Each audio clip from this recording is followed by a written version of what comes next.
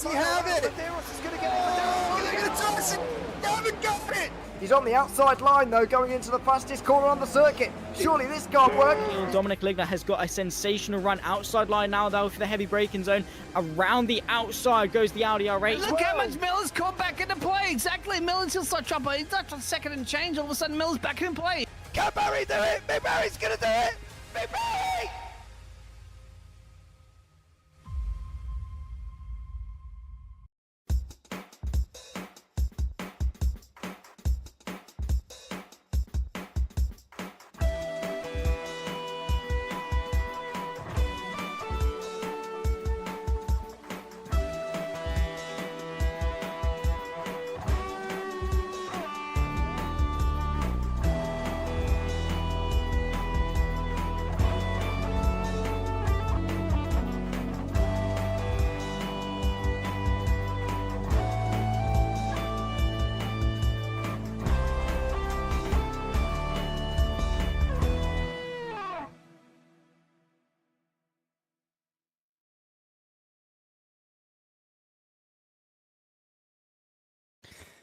Good afternoon, everybody, from Down Under, and welcome to the final round in the Virtual World Sportscar Championship for 1985. This is the 250 kilometres of Sandown, in a version of this racetrack that only existed for 17 years between 1984 and 2001, when the outer circuit, the more common national circuit, was redone in 1984.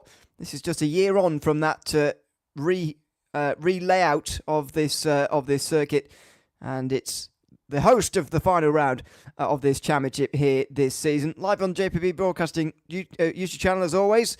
Myself, Ewan O'Leary, and Tom Cairns in commentary. Paul Glover behind the cameras of this broadcast here this afternoon. Good to be alongside you, Tom.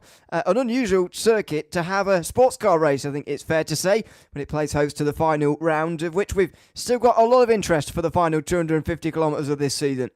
Yeah, and we've got the NAM Championships still to be decided between George Angelidis and his rival Jerry Chen, of course, going for glory in that one. All the other championships are wrapped up as well. The Pro-Am's been won by Ross Smith quite considerably, and Dan Herlock was able to wrap up the round before when we went to Fuji. So, Herlock, he's had a terrific season, and I'm sure there's a lot of other drivers who are desperate to end their seasons in style.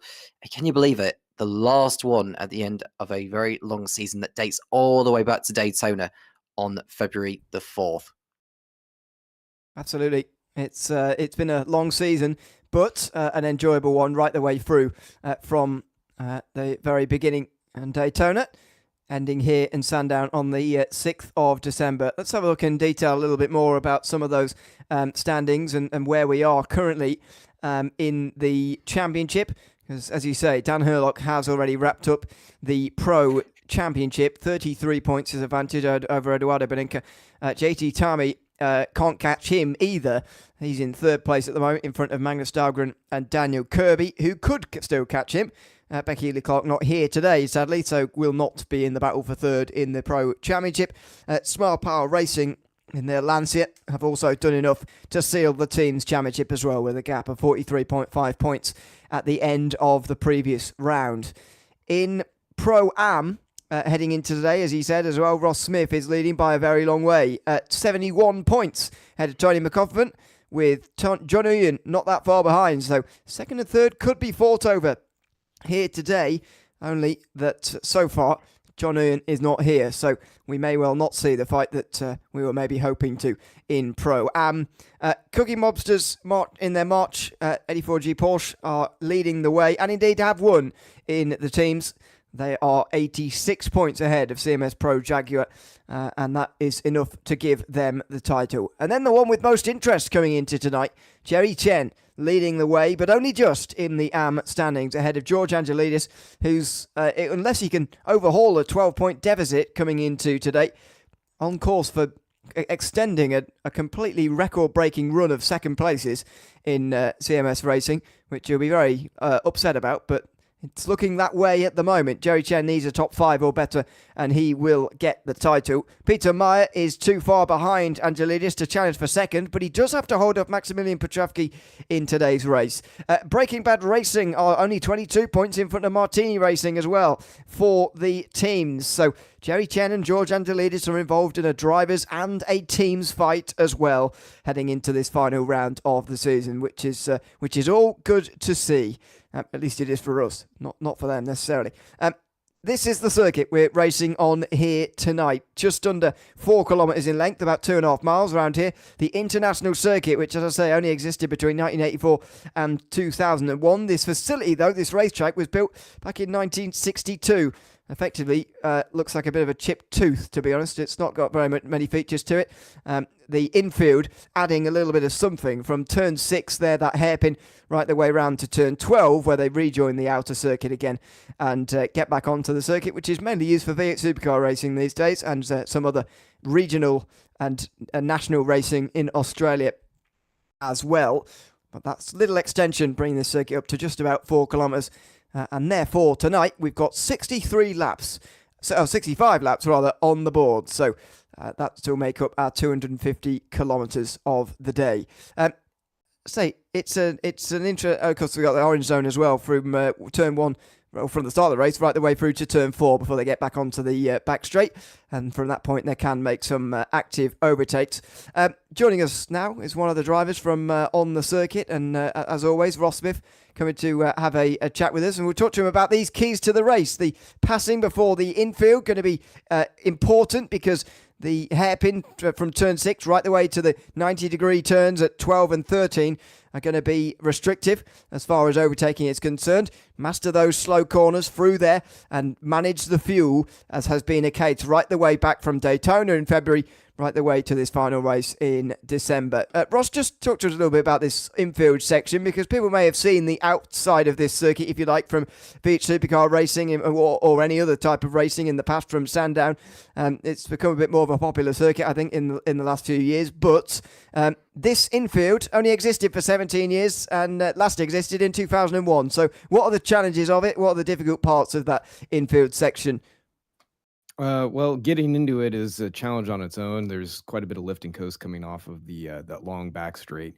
And then once you're in there, that hairpin is probably one of the trickiest parts to get right. It's one of the slowest parts, if not the slowest part of the track. You're coming down. There's really nothing to guide you on where your braking zone is. So you're kind of going in blind. And unfortunately, some of that is due to us just not having some of the updates that Ben Borman slaved over. But unfortunately, we just couldn't get the server to update quite right just in time for the race. So sadly, we'll be missing some of those really nice updates that he put in. But yeah, coming through there, once you've mastered that, the next bit is that it's a right-hander just shortly after there.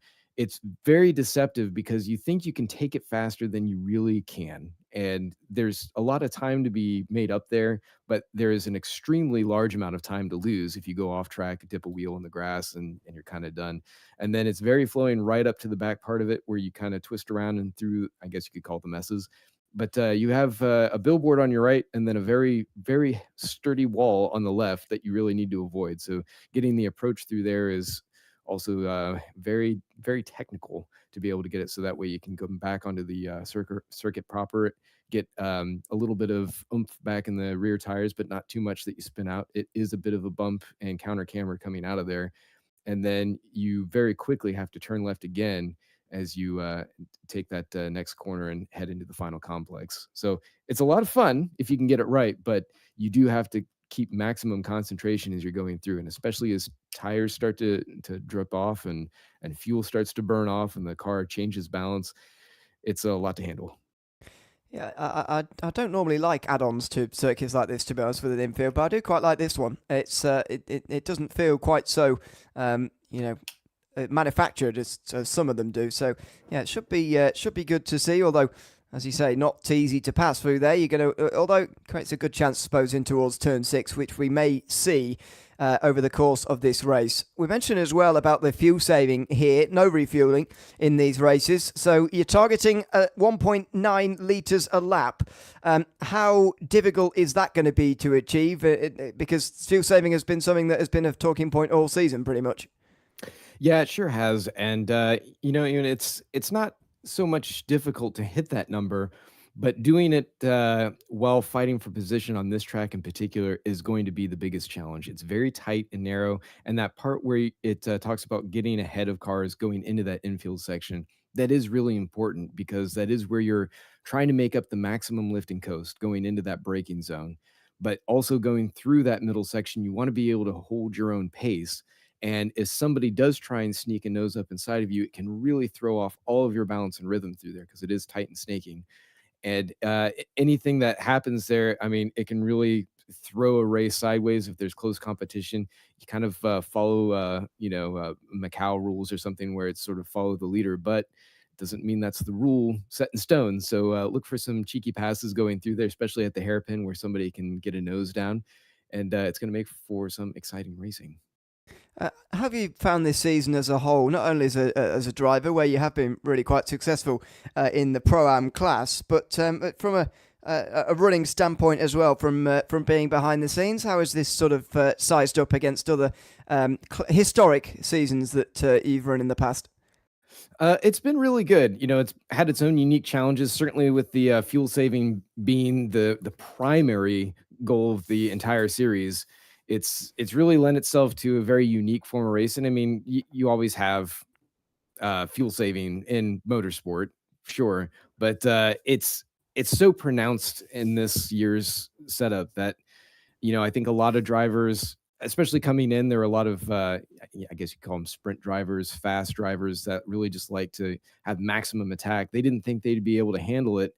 And, they kind of grew outside of themselves. They were able to find that, you can actually maintain really good pace while being efficient on your resources. So to that end, it's been nice. It's kind of been, endearing overall. I mean, we've had some really excellent battles up and down. I've been able to have James make some kittens throughout the year, which is always great. So, overall, it's been a good time. And I hope everyone in the commentary booth, with JPB has had a good time doing this because we've certainly enjoyed having you.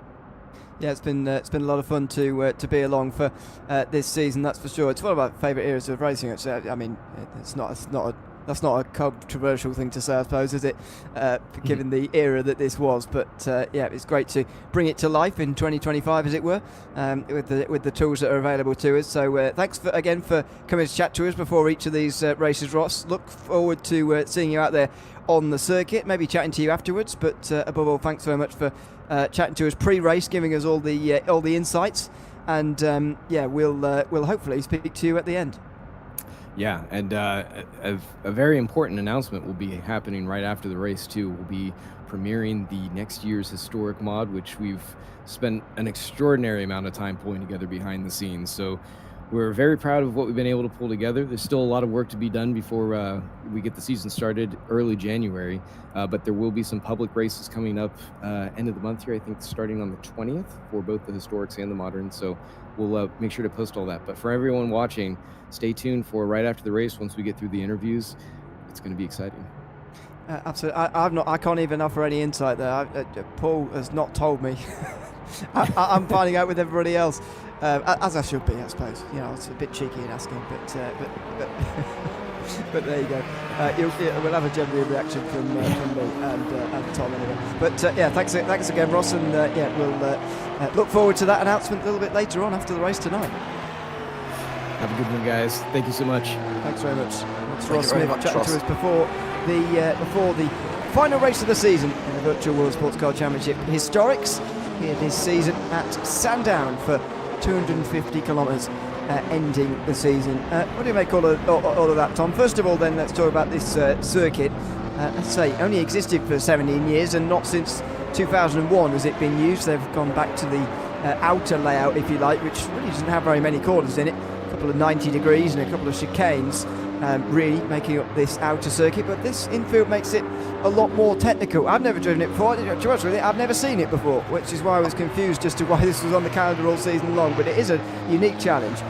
Yeah, I don't normally like jumping on bandwagons, but I will do on this particular occasion because I don't really have any insight on this circuit either myself, Ewan. Getting names mixed up in my head. It's been that sort of season. But no, I think in terms of the track action, I think we're going to see it, particularly at the end of the back straight, which we've just seen some of the drivers go through into turn 6. There is obviously the first section of the course that we've seen in orange on the track map, which indicates that the severity of the penalties will be greater should drivers cause any collisions. So they better be on their toes, even if it is the last round of the season.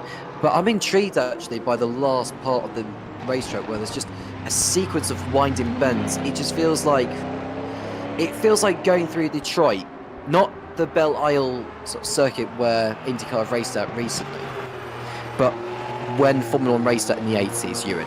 It's kind of giving me the vibes of it. It's just so slow and so narrow. It's almost like you can't really swing a cat at that point. That it feels a little bit like claustrophobic in that sense in a race car when you go through that. Yeah. It does, and it's going to be one of the more interesting parts of this circuit is that infield. And so we're talking to at the end of the season, effectively here. Obviously, one way still to go, but the 1985 era sports car has been used for this time round in the Virtual World Sports Car Championship Historics.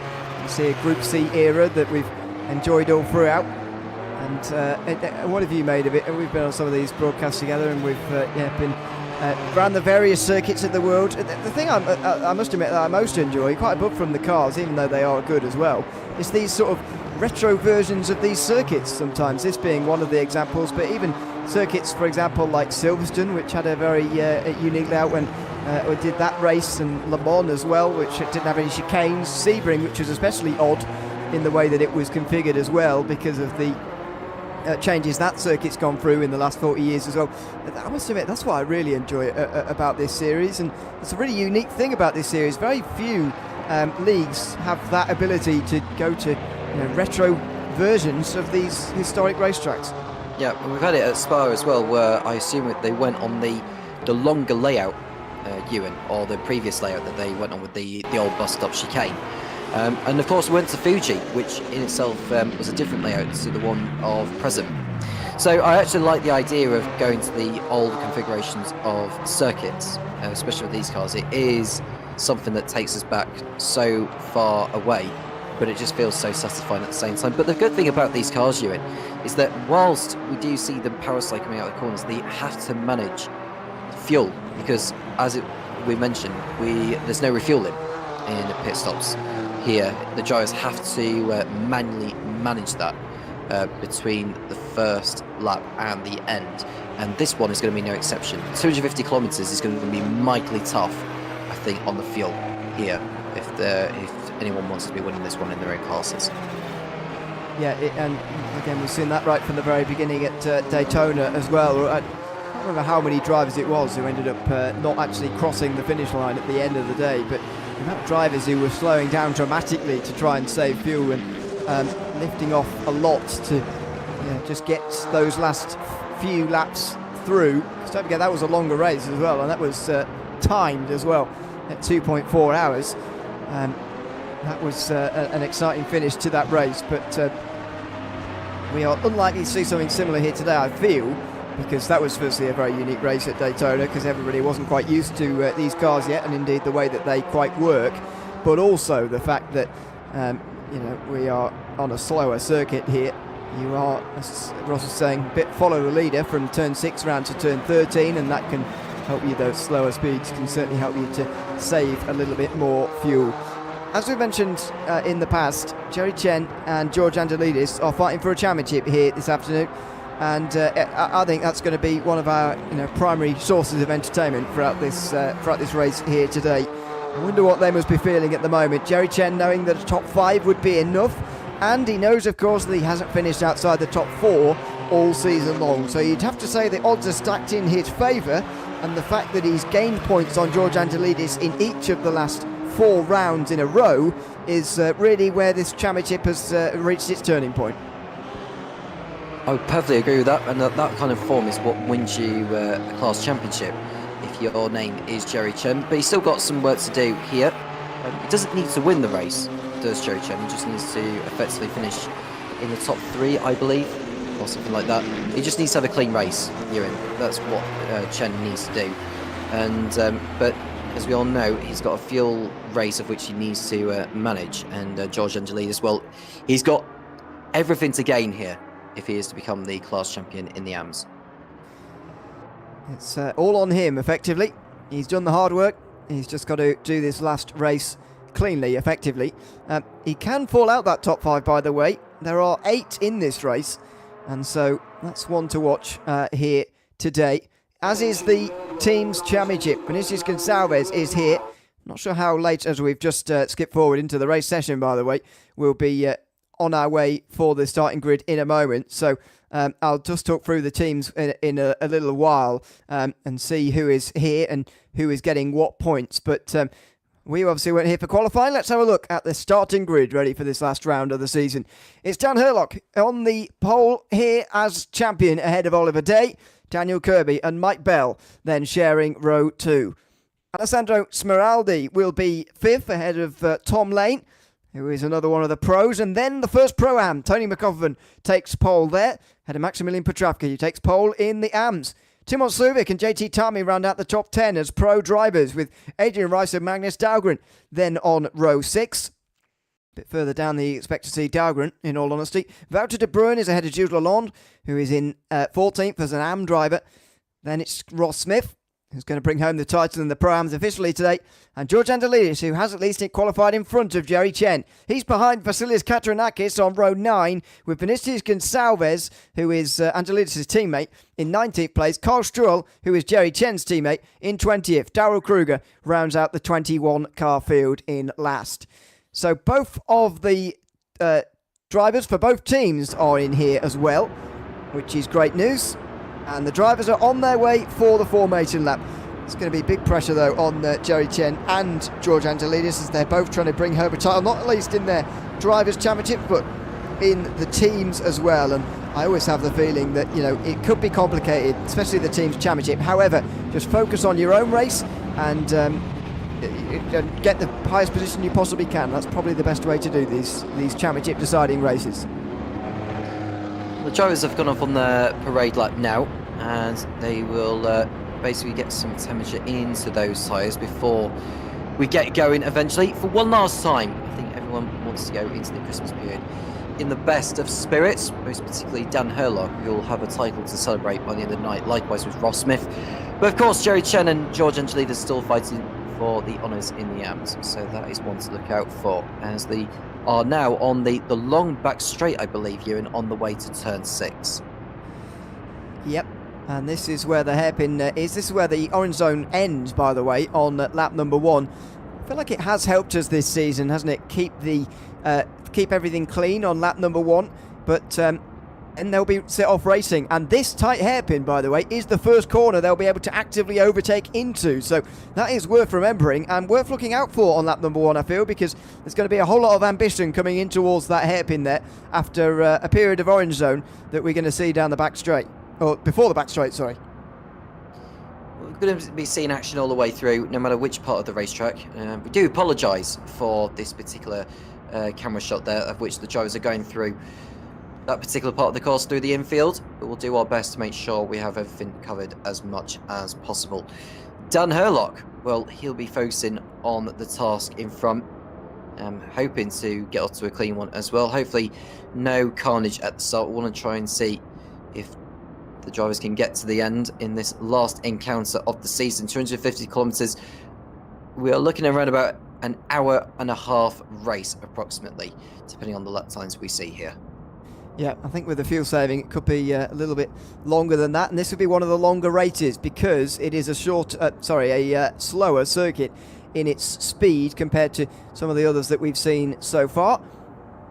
As the drivers now make their way into the final chicane, Dan Herlock will very soon be in control of the field as they come out of turn 17 at this racetrack. Just under 4 kilometres, 2.4 miles the way round here. And Dan Herlock about to set us off for 250 kilometres tonight. Out of the final corner he comes, onto the front straight, and very soon the green flag will be waving for the final time in the Virtual World Sports Car Championship of 1985, and we are still waiting on the front straight. Herlock in control, and we are underway on the inside line. Herlock in towards turn number 1, no active overtaking on the way down here, of course. It's all about survival, which Herlock is going to manage in towards turn number 1. Day being challenged by Mike Bell in towards turn 1, but they get single file through as well, as we're on board in the midfield meantime with some of those down towards the AM fields. This is George Angelidis in the Martini racing car. We're seeing follow through very nicely. Clean start from everybody. Now they can overtake as they leave the orange zone out of turn number 4 and they run down towards turn 6, hairpin for the first time. Here comes Oliver Day in the slipstream of Dan Herlock. The straight just shortened by this hairpin that comes just before what would normally be the fearsomely fast turn 6. Instead they turn sharp left and into the infield for the first time. Yeah, I think that corner is going to be pivotal in how the race could get decided, because it goes downhill, and if you're on the inside, that gives you the high ground for when you come out of there. So obviously not on this lap, but in future laps, we could well see a lot of action as we see the drivers going through the next hairpin before we cut back to the leaders of Herlock and Day. Minus the contact between Day and Bell at turn 1, it seems like everyone's got through cleanly. Daryl Kruger down at the back, he's 14 seconds off the lead, so it's not like anyone has had any spins or anywhere along those lines. You can just see it's almost like they're going through single file here. It's almost like going through the dinner queue here at your high school. That's what it feels like, the way the drivers are filtering the way through. That's how slow they're entering out of that, entering and exiting out of that particular section of the course. Oh, dear me, a dive down the inside there from somebody just in front of George Angelidis here. Now, can't work out who that was, to be honest, because there's so many cars in one long line here at the end of lap number 1 here at the 250 kilometres we're about to see here. A big dive down the inside. I think it must be Adrian Rice who's trying to get past Timon Suvic at the moment in towards turn 1, but can't brake late enough on this occasion. Again, the reason we're following Angelidis here, second place in the Anfield at the moment, looking to take a title here this afternoon. At the moment, with second place, he would need Jerry Chen to retire, which would only happen if he's unable to complete 33 laps of this race. It seems like a very long way away at the moment, but you've got to complete 50% of this race at least. If Jerry Chen does that, it doesn't matter where he finishes, and George Angelidis would require a victory with Chen outside the top 5. Meantime, Mike Bell again in the walls on the way towards turn 7. He looks up the inside there of Dan Kirby in the second of the hairpins, if you like, folding back on itself, and he does get through, Mike Bell, into third position in front of Daniel Kirby for third. So he's had a lively start as Mike Bell, and he's now back to third again. Yeah, well, he lost the position to Kirby a little bit earlier on the lap, and now Bell is back through again and chasing after. And looking further down the field, we are looking at, who's that in the number 90 there? I think that must be further down the order. Can't see a number 90 on the timing tower, so it's a little bit deceiving. But either way, the field is continuing on as they are. I think that's Tom Lane behind Dan Kirby. I think it is Dan Kirby we're looking at, so the livery is different to what it shows on the timing graphic. So we do apologise for that. But now we are on effectively the third lap of the race. It does say the fourth lap, but due to the algorithms of the game, it just hasn't excluded the formation lap as lap 1. So we have to go via what the timing page says. And off goes Lane at turn 1. Yeah, Tom Lane off, and also just behind him, but although less so, Tony McCoffman went off there as well as the Pro-Am leader.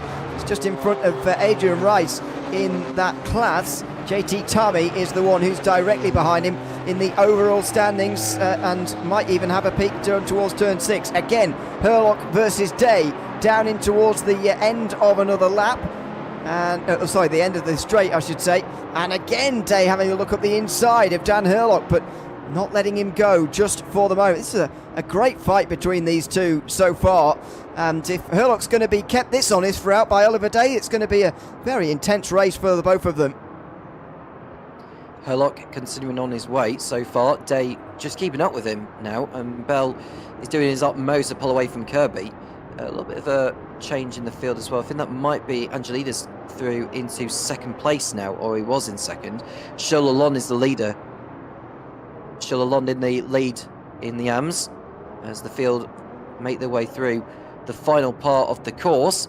And you can just see the top two in the pros and overall. This is going to be a replay of Petrovsky having a spin here. I think that may be the reason why we had the yellow flag, Ewan. Right, yeah. I can tell you the reason for that, by the way, is because Paul Glover behind the scenes said there's been no replays of interest so far, and so those two heard that and thought, well, we've got to crash into each other now in towards turn 6, and so that's what I'm chalking that down to. So far, though, it's been a very, very clean start to this race, which we're absolutely not complaining about. Just notable, I suppose, at the end of 5 laps or so, end of 4 laps, as we are right now. But these two are still absolutely nose to tail. Fantastic battle between the two of them so far. And if it continues on, then we're in for quite a race between Herlock and Day. Down on the brakes again. Side by side behind between Mike Bell and Dan Kirby, I think. No, not quite. On the way into turn 6. Kirby is really looking to get past Mike Bell, though, in these infield laps, if you like. As we go on board further down in the field, that's a little bit earlier on, sorry. This is live now between Day and Herlock through this infield section. These cars don't particularly like going at slow speed, do they? Look at the sliding that goes on here in the chicane. Effectively just to weave out the way of the advertising boards and then go back onto the proper racetrack again through turn 12 and 13. Such a technical section that these guys have to get used to all day. So far, they've dealt with it very well through the first 5 laps. We saw in Fuji in the last round the way the cars just slide coming out of these slower corners. We're seeing a repeat of that here at Sandown. The drivers are coping with these machines anyway. They've been used to them since the beginning of the year, so it's not like they're strangers to them. Have you noticed when they come out of that turn 6 hairpin how close the fans are? We saw the incident earlier, and I thought the fans couldn't have been any closer. You'll notice it when they go through turn 6 again. I find it funny myself personally. Yeah, they are very close. It is 1985 though, so the rules for safety were a bit more lax, if I can call it that. So you will see that around the place, people dotted around, and you would have done in real life, so it is true to form. Dan Kirby still just in behind Mike Bell on the main part of his screen, seeing the battle for the lead on the bottom right, which is close as ever as well. The currently top 6 all covered by pro drivers, and this 4 driver group for 3rd place is all part of pro drivers as well, so lots of pro battles going on so far. Not so many in the other categories. Jules Lalonde is leading by 2 seconds in the arms ahead of George Angelidis, who's got a second over Maximilian Petravki. All the gaps further down, in fact, are getting a bit bigger. Jerry Chen just overtaken, though, by Vasilis Katsarinakis. And so, at the moment, he's very much relying, if Katsarinakis gets past him, which he hasn't. In fact, he's just been battered away. So, if Chen were to lose another place, he'd be relying on Angelidis not winning. And that's not a place you want to be as a championship leader. There's a long way to go yet. You could just see the field entering the last turn. Fast up of the race from Oliver Day, 1 minute 33.3, which is narrowly faster than what Dan Herlock is posting. But we are looking at the battle for 3rd place then, with Mike Bell being chased by Dan Kirby, Alessandro Smeraldi and Tom Lane. They've been at it since the start. I'm interested to know how tyre strategy is going to play out, because if they are going to pit, it's likely going to be a one-stop, because that's just the way these races are with these machines. But timing of the pit stop is going to be crucial. Absolutely, halfway in this race is 33 laps effectively, if we're discounting the one that we had for the formation lap. So it will appear as 33 on your screen. It will really be 32. Don't be exactly halfway, and expect to see pit stops, if we're going to have them, around that time in the race. That on the bottom of your screen is Jerry Chen, who's only just in front of Vasilis Katsarinakis at the moment, but he does have a big gap behind him. Oh, and he goes a little bit wide through turn 4. So Katsarinakis is going to have to regain some time again and try and repass Jerry Chen, as he has managed on a couple of occasions, or at least he's managed a couple of attempts in the last couple of moments. There are the fans again, standing recklessly close to the circuit, but whatever. Onto the outer layout again, and Mike Bell is continuing to hold 3rd, but I would say he's a bit of a cork in the bottle, and if Dan Kirby were to get through here, anything could happen. Absolutely so.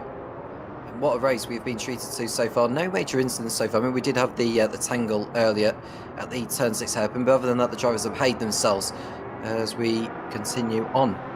But the top 2, you could just see in the foreground, nose to tail. Oh, you could just see he's going for it. He's going for it there is Oliver Day. Well, finally, he spent a long time in the wheel tracks of the race leader there as Oliver Day, and he's now through. Dan Herlock, the champion in waiting, We already know he's going to be champion of the Pro Class in this series, but he is not going to win this race if he's going to be challenged like this by Oliver Day. They seem evenly matched, but Day has had enough of being sat behind that car in front of him, and he is through. It's Lancia 1, 2, 3, but they're the opposite way round, 1 and 2. Here comes Kirby trying to disrupt that in the Porsche as well. Mike Bell on the defensive towards turn 6. Late on the brakes from Kirby, very late. Can he slow it down in time? Oh dear, only just about, and he gets through right round the outside. It's a long hairpin there, long turn, and Dan Kirby did very, very well to get round the outside of Mike Bell there and up into a podium place. 2 changes in the podium places on just this lap. Yep, Kirby was using the incline to his advantage as he got alongside. That was a great pass from Kirby by his stand. There's a yellow flag in sector 3. We'll find out shortly who is being involved. Was it Katrinakis? Yeah, he's gone down the order into 8th position. He looks like he's gone off the circuit straight out of the pit lane. We'll get more of that in a moment. Yep, he has already been in the pit lane. First of all, though, we'll see what happened at the front of the field, because it was sized up very, very well by Oliver Day out of the final corner. He slipstreamed Dan Herlock in towards turn number 1, and he was able to get through. He's just quite a long way back down this point in the straight, but he is able to get there in time, and it does seem almost a little bit coordinated between the two of them. Herlock lifting off to save some fuel as he have to. Oliver Day foregoing the fuel saving in towards turn 1 for a bit of track position, which he sees as a trade-off worth making. And so he now leads this race. Herlock, though, in second. Kirby, now that he's through into third, is right with him again. So we've got quite a battle for the race lead going to happen here this afternoon. And as I say, Mike Bell was definitely the cork in the bottle there. And once that has been removed, anything can happen. Tom Lane, unfortunately, has lost the back of this group. So now effectively it's just Mike Bell versus Alessandro Smeraldi. And very nearly they make contact. Bell left a bit of a car's width, and Smeraldi very, very nearly filled it on the inside of turn 6. Yep, well, the field, you can just see the top 3 on nose to tail now. Kirby, since getting by Bell, is on the tail of Herlock, who had absolutely enough of Day being sat behind him, because when you are sat behind another driver, you don't really need to rely on yourself saving fuel when you could just stay in the tow. That's probably what Herlock had been thinking all this time. Like, if he keeps Day behind him for as long as he was doing, and Day stayed in touch, he's given the advantage to Day for later on in the race, and that's why Herlock has decided to go on through and just sit in the slipstream for a period of time. Coming towards the end of lap 9 now in this race, and that's being teared away very, very quickly by Oliver Day at the front of the field. This is what happened to Katrinakis at the back of the field. Fresh out the pit lane, bobbles over the curb, and through turn 4.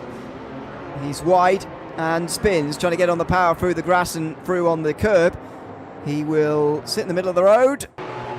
Whoa dear, and very nearly get hit. And meantime, in live pictures, Mike Bell has spun from 4th. He was battling with Alessandro Smeraldi for 4th position. He's now down in 7th, at least that's 7th in the Pro Class. Overall, he is now 8th, with Tony McCoffman also getting through the Pro-Am leader. This is how it happened. Was there contact with Smeraldi? Absolutely not. He goes too fast in towards turn number 1. He gets over the curbs and he spins, only just avoided by Smeraldi there, who had to have quick reactions to avoid the contact. Smeraldi having to take evasive action whilst Bell was recovering from his spin. We saw the Katrinakis spin. Those curbs are going to be lethal. But, you know, he's going to see a few drivers really, really riding over them in quite a violent way, which is going to upset the handling on the machines for later on. You could just see Smeraldi there trying to make up for having to take evasive action, running a little bit wide through the final part of the lap. But Oliver Day, you could just see the gap is beginning to bridge a little bit now, over a second on Herlock. The gaps do change from time to time. They may look small, but when you watch them in picture, it does look a little bit bigger. Top 3 still locked together at the front of the field. First DNF, unfortunately, for Vasilis Katrinakis. He's already out of the race, down in 8th place. So a sad end to the season for him. Already some very, very big gaps. Fastest lap of the race coming through, not last time, but very recently for Dan Kirby. Ever since he was released from that group, he's done a 31.4, and that is nearly a second quicker than anybody else so far today. only drivers within a second are Day, Herlock, Smeraldi, who have their fastest laps within a second of that best lap of the day. But this is the problem a little bit of this circuit. It's quite hard to overtake. By no means impossible, but quite hard to overtake, and Kirby is feeling that at the moment. Let's see what happened a bit further down in the field. Meantime, this is Smeraldi's avoiding action behind Mike Bell, who goes up over the curb. And quite apart from the reactions there, Tom, it's the foresight to know where Mike Bell was going to end up, know that he was going to spin to the opposite side of the road that he was currently on, that was really impressive. Yeah, well, the thing is, when he took the evasive action, it affected his entry line into the very next turn, hence why he took as much curb as he did, more than he would have desired. I think Mike Bell has gone off again, hence why he is at the back. We're going to see why, Ewan. Was it the same corner? Same corner, yeah, it's the same corner where he's gone off, and he's gone off a long way this time compared to previous. Oh, big spin though. That's an annoying bit of grass out there, because he just ends up sliding for ages, and it's sort of downhill towards turn 2, very slightly, but when you're spinning on the grass like that, you just slide and you can't do anything about it. And he finally gets back going again now, but that was a long slide in the grass for Mike Bell, who was running very well earlier on in this race, now down into 11th overall and 10th place in the pro class. You do still get a point for that, as long as you finish, but even so, it is not where you want to be, that is for sure. Jerry Chen, meantime, is up to 3rd in the AM class. He's recently passed Maximilian Petravki, and so looking more and more comfortable as things stand in the AM class, as Mike Bell makes up one of those places again. Wouter de Bruin is now down to 10th. Mike Bell back to the top 10 overall, and he's going to have to do a lot of this re-overtaking if he's to get back to where he was before his pair of spins. A lot of action we're expecting to see from Mike Bell. We've already seen it in this one. Just the one retirement so far in this race. Kasparinakis is the only driver out of this one. There we look at Dan Herlock running in 2nd place ahead of Dan Kirby, giving chase. The two Dans line astir. Just ahead of him is Oliver Day, and we're hearing that Mike Bell has run wide again. Nothing like the previous couple of incidents he's gone off, but he's still struggling to just keep his car on the circuit. It's almost like he's struggling for grip at the moment, is Mike. He's still lost a place to Wouter de Bruin. There it is, sliding around the right-hander of turn 9, and that allows de Bruin straight back through again into 9th position. So not ideal at all for Mike Bell, and it just feels like once one of these mistakes happens, it sort of happens again and again and again, and that very much seems to be the case for Mike Bell at the moment. I think the tyres are under quite a lot of stress at the moment, even though track temperature is only 26 degrees or so. The turns really don't often stop coming. There are a few breaks of the back straight and the front straight here, but other than that, it's pretty relentless for the tyres. And I get the feeling these slow speed corners through the infield are really leaning on the tyres, because these cars really aren't designed to be going this slowly. Well, we've seen the fastest lap times dropping as well here, and we were looking at them in the 133s. Now they've gone down to like low 32s or even 131s. Dan Kirby's posted a 131.4, hence why he's been on the move. He's clearly prepared to just sacrifice a little bit of fuel at this stage, but he will need to conserve some later on. We are riding on board with Kirby, who's going after Dan Herlock. The fact is, he's remaining in the slipstream of him, just like Herlock is with Day, which will help with the fuel saving a little bit later, because they can afford to just back off a little bit in terms of applying so much throttle. When you apply that amount of throttle coming out of these slow speed corners, you're consuming more fuel. So it's about being clever in how you shift up the gears with these machines, bearing in mind the gearboxes in these sports cars are more fragile than some. You've got to be very, very wary with them. This, meantime, that was a pre-glimpse there on the way towards turn 6 of Tony McCoffin, who is leading in the Pro-Am class and leading very, very comfortably. Quite apart from the fact he's over 20 seconds in front of anybody else in his class. Adrian Rice, who's currently in 2nd place in that class. It's also 6th place overall is McCoffin, and that, by the way, right behind him, or right in front of him, sorry, is Tom Lane. He's actually knocking on the door of a top 5, and that's a very, very impressive drive from a Pro-Am driver.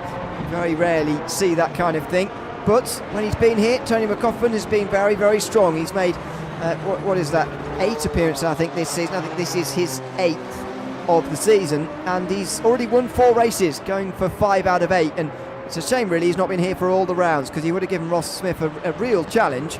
Ross Smith has only won when Tony McCoffin hasn't been here, and I'm not taking anything away, or hasn't finished I should say. Not taking anything away from Ross, of course, but I'm just pointing out, it's just it is true. I'm just pointing it out. But yes, that's he has been here, to be fair, and DNF'd when Ross has won. So take that with what you will. But yeah, it's been a very good season for McCoffin. Just to say, a shame he's not been here the whole way through. We're entering 25% race distance nearly now for these drivers. They've clearly settled into a rhythm. They've behaved themselves all the way through. But now it's going to come down to who's actually preserved enough fuel at this point, to the point where they can just start to push a little bit. Well, Herlock is in no need to push right now. He could just stay in touch with Oliver Day. They're coming up to their first back marker, aren't they? Is that Daryl Kruger that they're coming up to? Yeah, I think so. He's just about a minute 40 off, which seems like quite a long way, but maybe he's not a lap down yet. Not entirely sure, but it is indeed Kruger. It's not. It's always a feature of these races, isn't it? We speak about it time and time again. There's no different classes in this race per se, but the difference, because these cars are quite hard to drive, the difference between the fastest driver and the slowest driver is quite extreme. I mean, the fastest lap so far is a 31.4. Some of the slower fastest laps are more than 7 seconds down on that, and this is not that long of a circuit. And there is Kruger trying to stay out of the leader's way, and it's a daunting prospect when you're still in the first quarter of this race and you're already being lapped, and you've got the leaders all on top of each other right behind you. Unfortunately, Kirby is the one who's been disadvantaged most out of this bit of lap traffic this time round, and he's nearly 2 seconds behind this pair out front now. Yeah, there was a car going off Ewan through towards turn 11, hence why it was Carl Stroll that went off the circuit in that purple livery machine. Down to 7th position in the AMS, but it was just a little bit tricky for the leaders to get by the likes of Stroll and Kruger. But they've disposed of those two now, and they've got quite a lot of ground to make up before they catch up to the next one, which is Goncalves. Here's a replay then of Carl Stroll going off the circuit at turn 10. Yeah, he just completely missed his braking point, didn't he? Straight off and straight around as well.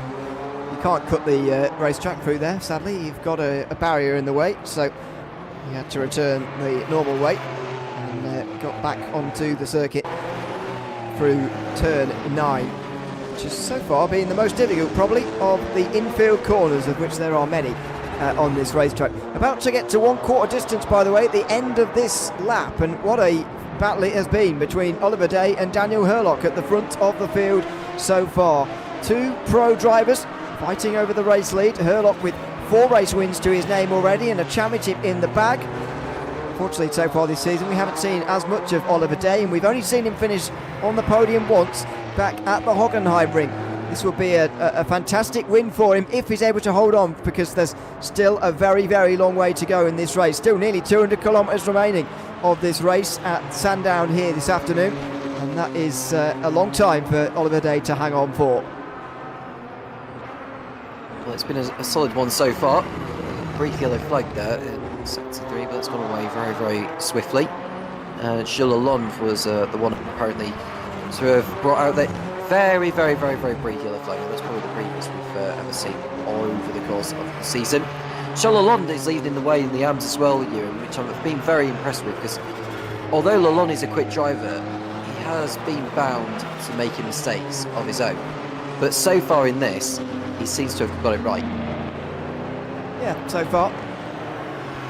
And that is very, very positive news indeed for him, and hopefully the run will continue over the course of the next 50 odd laps or so, nearly 50 laps still have remaining in this race. Ross Smith is between Lalonde and Angelidis, who is in second place in the AM class at the moment, but it's not a small gap that Lalonde has, nearly 20 seconds already in this race. We'll see whether Angelidis can drag that back in time, because if it continues on like this, he will end up nearly a lap down, to be honest, on the race leader, losing about 20 seconds per quarter. There is Ross Smith, currently running in third position in this field, and maybe not the day he would like to end on as far as a Pro-Am Championship winning season is concerned, but part of the thing has been about consistency for him and making sure that the season has been full of consistent results, and that is what's brought him the title really here. Not finishing outside the podium places, yes, that's been difficult on the occasion where there's only 3 here, for example here in this round as well, but you're not going to win the race after 17 laps or so. You've got to still be in the race and make sure, of course, your engine doesn't blow up as well, which has been a bit of a feature sometimes this season as well. There was one in Brands Hatch, I think. I can't remember who it was, but there was a blowout on the pit straight there that someone had. It was quite a spectacular one, so we don't get a repeat of that here. At Sandown, Australia. Of course, the last time it was raced on was in 2001. Yes, it must be that long ago. Don't even know what it is nowadays at that particular location around the world, but at least we can enjoy a little bit of retro action with these lovely machines of 1985 for the last time before we move, I presume, into the 1986 sports car era, which is something we're all looking forward to in 2026. Have to wait and see what era we're going to be using. You can guess in the comments, by the way. We don't know the answer to what year it's going to be, but have a guess if you want to what the historic season is going to be through 2026. You don't get any prizes for guessing what the modern is, only the historic. So get your guesses in if you want. As far as the race circuit these days goes, by the way, it is just effectively the outer circuit that we get these days. There's no inner infield, if you like what we're using here anymore. So the circuit hasn't really changed since 1984, apart from the removal of that infield. The outer bit hasn't changed since 1984, and they have put a bit of tarmac runoff on the outside of what is now turn 6, the very fast turn 6, which is a little bit of a shame. But still has V8 Supercar racing, and has done in various forms, whether that's been for a 500-mile race, as it has held most years since 1964, or whether that's been for a sprint round, which has been some years since 1965, and much more commonly in recent years as well, since COVID. Also hosts GT World Challenge Australia, at least has done last year, and what's that, about I'd say about 6 or 7 years out of the last 10 or so. But it's mostly regional racing that goes on around here these days in the world of Sandown, as Maximilian Petrovsky gets onto the back of George Angelidis. Further bad news for the championship chasing George Angelidis, as he's looking to avoid yet another second place finish in one of these championships. He was writing a message to us on Discord about how he couldn't believe it's happening to him all over again, but it looks like it is at the moment. Needs to win ideally tonight, with Jerry Chen outside the top 5 at the moment. Neither are happening, with Chen in 4th place and Angelidis being put under pressure for his 2nd place. Around about a lap ago, we saw Oliver Day drifting through where Angelidis and Petrovsky are going through now. I was amazed actually he made the corner, did Oliver Day, but he survived that one. But we are looking at Angelidis, who's under attack from Maximilian Petrovsky as they go through like turns 8, 9 and 10. This is shaping out to be a nice tussle between these two to finish off the campaign, but Angelidis needs to pull away from Petrovsky and start closing in on Gilles Lalonde. Gilles Lalonde is like around about 23 seconds in front of Angelidis, so I don't know what the game is for Angelidis now, because he's got to throw everything at it. Yeah, certainly.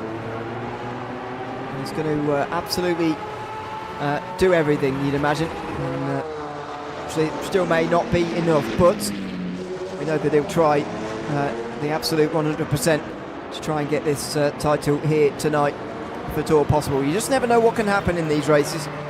Jerry Chen could still DNF from here, at which point he would only need a 2nd position. But we're getting rapidly towards the point where he's going to complete the 50% required for you to be able to get points anyway.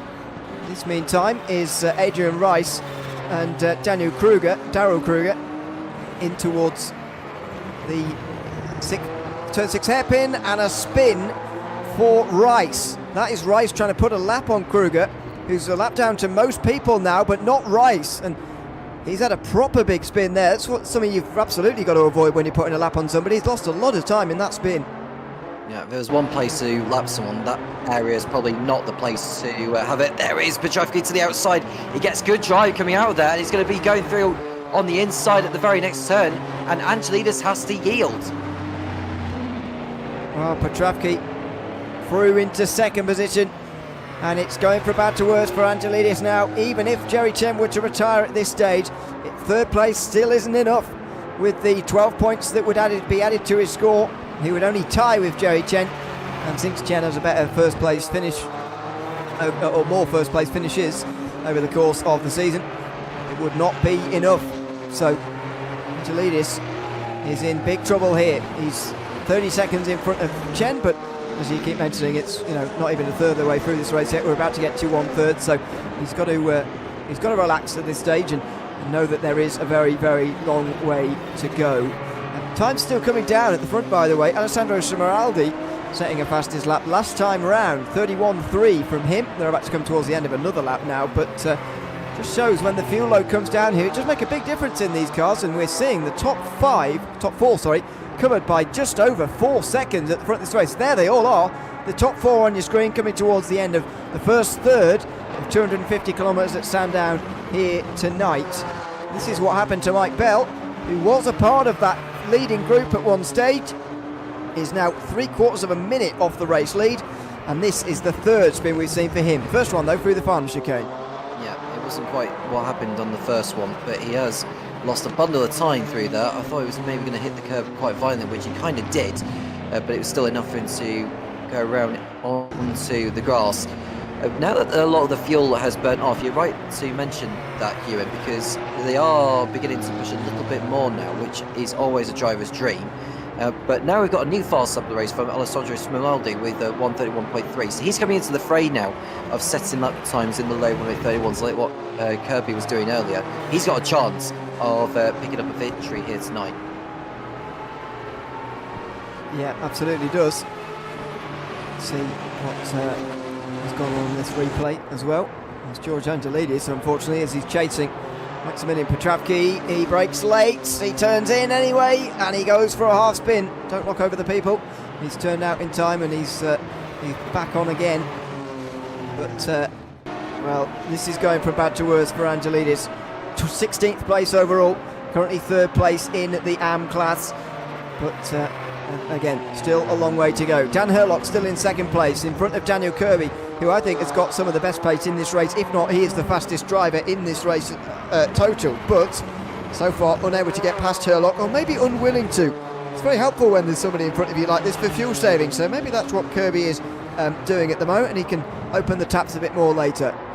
We're thinking about tyres at this point now, because if you look at the gaps of which the top four have to Tom Lane in 5th position, how much do you think you're going to need for a pit stop round in here? Because the pit lane isn't that long, and they're only going to be in the box for a short period of time, a very short period of time, because it's just tyres that they're changing. You know, they've got to think about that at some point if they want to win it. I think for Smeraldi's case, if he can build maybe up to something like half a minute on Lane in 5th place, that could be the point where he decides to pit in and put on new tyres. Yeah, well, I wouldn't be surprised actually tonight to see tyre changes because of the nature of this circuit. I just think this infield is going to be so wearing on them. I know it's not high-speed turns, which I suppose rips the tyres away as well, but they're sliding so much through these slower speed sections that it's got to be having some sort of effect here. Kirby, though, just looks so comfortable at this stage in the race with those tyres, well, in whatever state they're in, sliding a lot less than Herlock. I get the feeling he's driving at a very low percentage of his ability at the moment, and he might be able to get past the champion in waiting through the next part of this race. Out of the final corner in the Porsche, and we've seen it time and time again in the slipstream. The Lancia just able to pull away on the straight here before Herlock has to lift off to fuel save on the way towards turn 1, and then when we get to the corners, the Porsche gets a whole lot closer. In fact, even on the brakes, Dan Kirby gets a whole lot closer down on the brakes there towards turn number 1. And Herlock, a little bit wide through 2. Is still feeling the pressure. Out of 4 now. Where will Kirby be able to make this move? And again, is he wanting to make this move, or Is he just biding his time in third position behind, I wonder? Well, he ran wide at turn 1 on the curbs, did Herlock, and I thought he was not going to really make the chicane as well as he would like to have done. But there you can just see the leaders are coming up to more back markers now. Oliver Day is approaching George Angelidis, of all people, who has got a fight on his hands to win the AM Championship. He'll be reluctant to let the leaders go and get on with his own race once they've got on by. But either way, the leaders have got a mammoth task to just get through the traffic again before they all start making their way into the pit lane for tyres. So halfway in this race, not quite yet upon us. It's 125 kilometres into this race today. That traffic for Oliver Day that he's negotiated out front. Is that Petravki or is that Angelidis? Sorry, it's Angelidis who's gone first, by, yeah. And then a few seconds further up the road, Petravki, of course, after the spin for Angelidis earlier. So, yeah, as they get further up the field, in fairness, it will get more difficult to pass these lap cars, and that's what Oliver Day and everybody else he's followed by have got to be wary of in these next laps. It may end up being just the top 4 lapping these back markers, which I think will be some consolation for those needing to get out of the way. Oh, you could just see, Kirby's got head up badly there, Ewan. And Angelidis has not timed the, letting the cars go through at all well. Smeraldi's got given a chance now of going off the Kirby. Kirby will be livid with the way he's been held up. And towards turn number 6, and he's not going to be very pleased, but I think and Angelidis now pulls out the way towards turn 6, but also lets through Alessandro Smeraldi, who gains time on Oliver Day last lap as well, though Day, to be fair, to overtake Angelidis last lap, so it all turns around. Oh, and is that a look down the inside for him, or who is that down the inside of Kirby there? I'm not entirely sure. That was Angelidis on the inside of Smeraldi, sorry.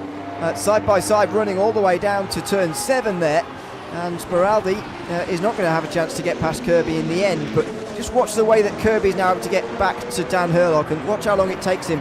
I think this could be a very early indication for us, properly to see just what pace Kirby's got when he's not stuck behind Herlock in front of him. Well, the last lap which Herlock did was his best lap of the race, and that's helped him pull away from Kirby and close in on Day a little bit. So now we've seen topsy-turvy battle for the lead. I mean, they're under 5 seconds off between each other, and there's been an incident on circuit which will Carl Stroll and Tony McCoffin. So that's the Pro-Am leader, Ewan, that he has collided with one who's at the back in his own class. We'll see how that played out. So that's is that Stroll on the inside there, or is that Lane? I think that's Lane. No, it's Stroll on the inside. And we'll see where the Pro-Am... Oh, wow! How did he manage that? Tony McCoffin just ran completely straight into the back of him there. I wonder whether he was expecting him to be out the way or something, and towards turn 7, no idea what he was expecting there, but from the camera angle it just looked like McCoffin completely drove into the back of him and spun around. Thankfully he's got more than half a minute's advantage over Adrian Rice, who is down in second at the moment, and that is going to play into his hands. This will be a good view of what went on down towards turn 7. So he's side by side with Stroll at this point, who we'll not see until now. Where's he going to pop out? There he is. And so he's probably annoyed. And then what happens here with McCoffin? How does he drive into him? He's he's just completely misjudged it, really. He's trying to work his way down the inside into a very downhill right-hander of turn 7, and just wasn't able to work his way to the right-hand side of that car quickly enough before he completely rear-ended his rival there. And, well, it's not the best place to be having an incident either of those. We're now looking at the two Dan's nose to tail again, Herlock and Kirby. Kirby, remarkably, has been able to make up all the time lost after he was stuck behind Angelidis earlier, and now he's got a shot. Yeah, he's left Smeraldi for dead as well. So this is a chance now for Kirby to just pull into the slipstream and maybe send one up the inside. Maybe Herlock has to let him go here so he can save fuel. But now it's having the advantage over today again, so Herlock will not want to let go by just yet. I don't think he's going to want to let him through at any stage, to be honest, so I don't think he'll see him again. It's very fast pace that Kirby is able to employ in this race so far.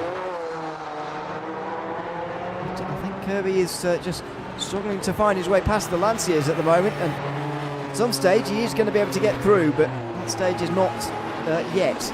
Anyway, as they come through the infield onto the outer section of this layout all over again here, and again he's on the back of Herlock, is Kirby after that twisty section, and Smeraldi is not that far behind either.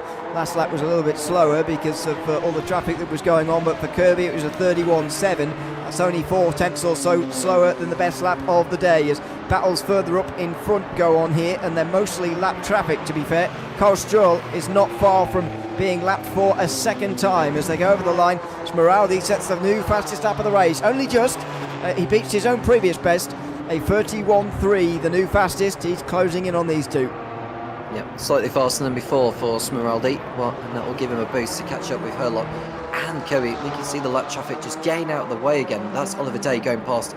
I think that has to be, I think that is Carl Stroll that he's going through, because Carl Stroll's now been lapped for the second time in this race, and he's got a battle in his hands to ensure just keep his car out of the way of these who are fighting for position. Stewart will get out the way on the way towards turn 7 as well. This meantime is Timon Suvic, who is down in 12th at the moment. He's now behind Adrian, overall that is, behind Adrian Rice now, and that's a big hit coming at the end of the straight here. There goes Rice through in the Jaguar, but that was a big hit there, as it looked like he just forgot what layout we were doing almost, or maybe just outbraked himself and got completely into the wall hard. But that bit of traffic has brought Oliver Day right back for Daniel Herlock, and it's halted Kirby a little bit here. So Smeraldi right behind him, 2 Porsches behind these 2 Lanciers up in front. Oliver Day under pressure from Dan Herlock for the first time in a while, pretty much since he took the race lead nearly 20 laps ago. That bit of traffic halting Day so much that he's now going to defend for the race lead, is he? Herlock, fast in a straight line, may have a go towards turn 1. He looks to the inside. Day just closed the door. Contact! Day saves it somehow. Unbelievable save. Car control from him, absolutely fantastic. And Oliver Day somehow still leads this race after Herlock's attempt in towards turn 1. Yeah, Carl Stroll going off in the background, but we want to stay focused on this 4-way fight for the lead. Absolutely breathtaking stuff here. And luckily, Day and Herlock were able to keep going despite the bang of wheels into turn 1. And it's just as close behind between Kirby and Smeraldi as they fight for honours on the podium. There goes Herlock going too deep into turn 6. I did say that was a corner that was going to catch a few drivers out because of the way this circuit declines as you go downhill.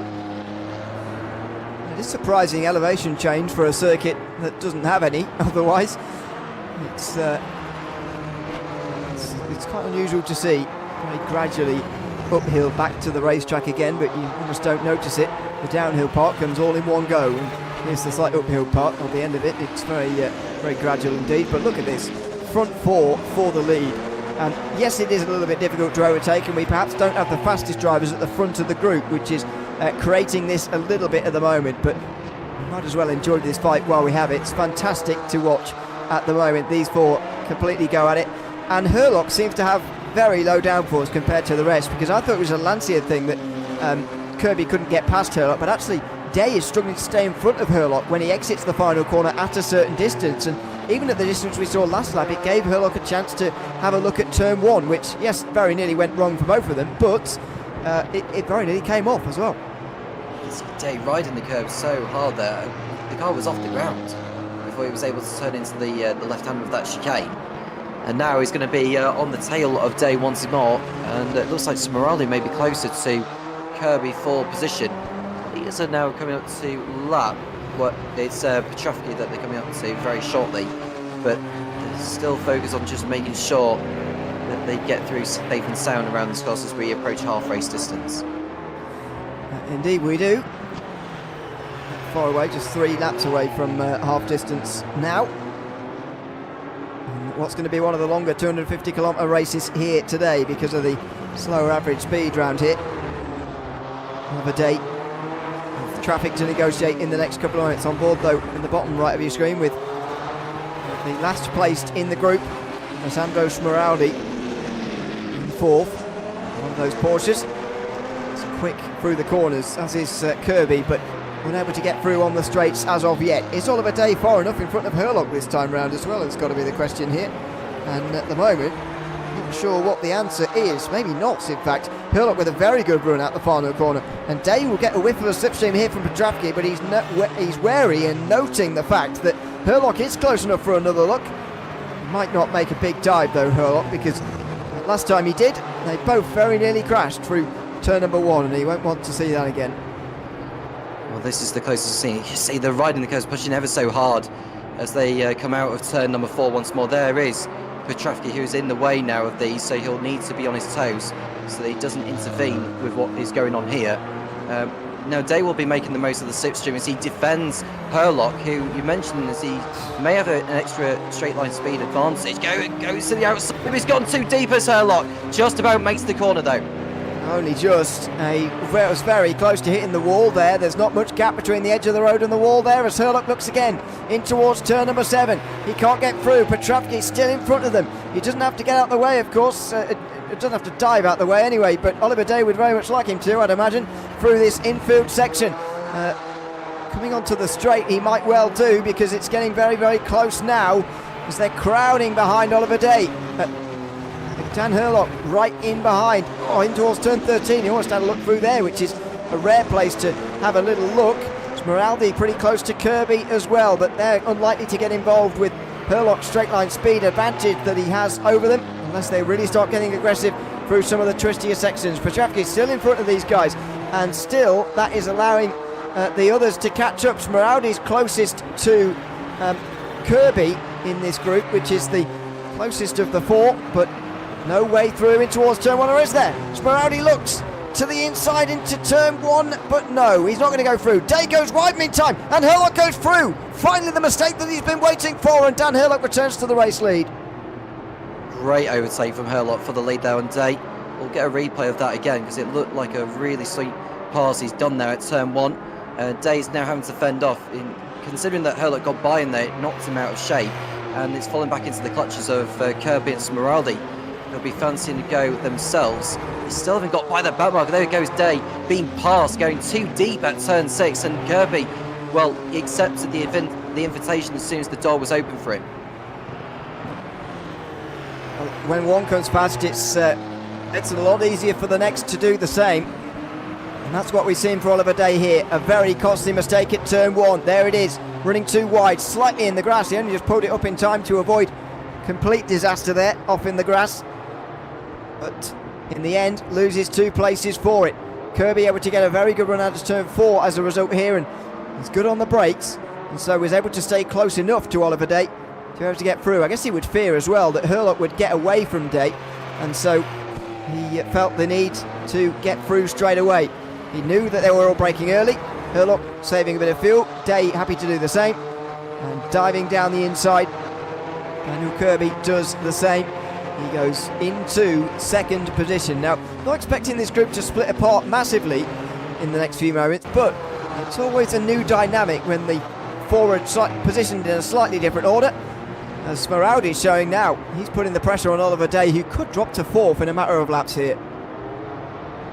They come out of turn 4 now, and Kirby, well, he's feeling very feisty. Not so for Oliver Day. He had a very poor exit out of turn 4, and Smeraldi will be just close enough to make a move, I think. We'll see soon enough. Kirby's too far away from Herlock, and I think Smeraldi's dropped back from Day. I think all this swobbling has sent them the message that they need to save some fuel at some point. So I think they may have to just back off the battle for now, unless they feel it's worth going for. Further back, there are Tom Lane and JT Tammy also fighting in the Pro Class, but they're way back in terms of the time compared to the top 4. This is for 5th place, and another 10 seconds back from these is Magnus Dahlgren, who won't be able to do anything about the top 6 at this moment in time. There goes Lane on Tammy. I think Lane was ahead of him anyway, but that was Tammy attempts to get back ahead of him on the exit of turn 6. It was JT Tammy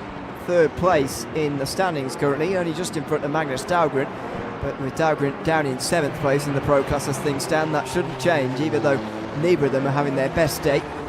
So he hasn't finished on the podium, to be fair, since Monza, so it has been a little while.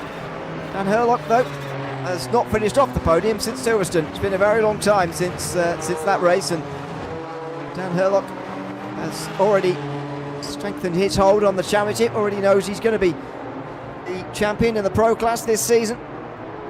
But what is his finishing position in the final race going to be as we follow these two battles? Tammy seems to be slightly faster in a straight line in that MCA, and so he should get through here on Tom Lane in towards turn number 1, you would imagine. And he was... oh no, not quite. I thought he was going to do that pretty easily, but not quite. He needs a good run as well as the extra straight line speed that he's clearly got. He needs to also get a good run out of the final corner, which precedes the straight, so he can get in the slipstream and get on through. Well, if he get a good exit out of turn 4 as well, which he doesn't do, JT Tammy, then he might get a chance to head on by, but he'll have to wait another lap or wait until the pit straight to make his move. Ross Smith is about to be lapped now as well, Ewan, as the leaders are approaching him. In terms of the lap times that they were all setting, it was all 1 minute 32, so not the 1:31s that we saw from them earlier, which are the fastest we've seen over the course of this race. But as the fuel continues to burn off, we should start to see faster lap times being produced. There are the leaders, Herlock, Kirby, Day and Smeraldi, coming up to lap Ross Smith, who will not want to get involved in this. They may just wait until the back straight to make their moves. A yellow flag in sector 3, which we'll get a replay of in a moment. It's Mike Bell, no surprise, has gone for another spin. That's his 4th spin, or 4th off-track excursion of the race. Yeah, I think so. And it's been a very, very difficult race for him. I mean, clearly got the speed, but not necessarily the consistency to go with the front guys, who he was part of earlier, running in podium places earlier, don't forget. Braking late for turn 6, oh no, and that wall is a bad angle, isn't it? That Arco barrier, does he stop it in time? No. Oh, definitely not, no. That's weird. He's found himself in the barrier, and he's actually found himself the wrong side of the circuit now. So I hope the game doesn't get confused and actually credits him with this lap. Sometimes it cannot do that if you end up off the circuit quite to that degree, but it looks like he has counted that lap at least, and is still in 8th position. So yeah, that's good news for Mike Bell at least, but the bad news is he's dropped some more seconds. He's still in front of Wout de Bruin though, in that 8th position, and that is all good news there. So this is still one of the few battles out there on the circuit. Jerry Chen still behind Vinicius Gonçalves, or is now behind Vinicius Gonçalves in 5th position, still doing enough for the title as things stand. And the guys at the front are about to pass Ross Smith, so Herlock will get through. Will Kirby do the same? He's flashing the lights to make sure that he does, and it's important that he does as well. He looks up the inside, and he is going to get through as well, but as they get further up the field and lap more and more people, it gets harder and harder to actually put them a lap down. Yeah, I think Ross Smith shouldn't really be ahead of Day and Smeraldi by this point. I think he should have allowed those 4 to go on by. I know he's a long way back from Adrian Rice, but he shouldn't be getting involved in this at all, and that's cost Day and Smeraldi time in their pursuit of the top 2 of Herlock and Kirby as they stroke along in 1st and 2nd places. Ross really should be letting Day and Smeraldi go on through. That's Smeraldi up the inside on the grass, and they almost take each other out. Did they get through? I think they did, but no, they didn't. That's Smeraldi round, isn't it? Yeah, it is. Yeah, it is. Smeraldi was up the inside of Day, and this goes back to my point that, you know, Ross shouldn't have been where he was at the time. He should have allowed those top 4 to go through, but that's what happens when you bunch up the leaders that are going by you when you're a lap down. So we'll get a replay of Smeraldi sending one up the inside of Day. That's Smith, who's still on the racing line, though. There goes Day, he has to jump off, and Smeraldi, well, it's almost like he was focusing more on the battle rather than his braking point. Well, I think it was an accident, to be honest, the fact that he ended up down the inside of Day here, and they make contact, the two of them. Smith's out the way, or trying to stay out of the way at this point, but also gets involved as Day clatters into him, but Smeraldi, the one who goes spinning around to the inside of the corner. He's got good speed, but he will have to gain a lot of time to get back with the leaders now. 8.5 seconds it is at its biggest as he went for that spin there. Day has gotten away with it, sort of, and he's still only 1.5 seconds behind, but there is Ross behind Day.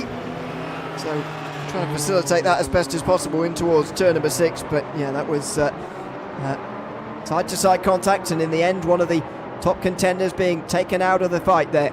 With just less than 30 laps to go though, there's still plenty of time for him to get back involved. Here comes Kirby on the outside of Dan Hurlock, late braking, and sliding all the way through turn 6. Oh, what a move! What a fantastic move from Daniel Kirby, who gets right round the outside of Hurlock, who goes diving down the inside of 7. What a battle between these two.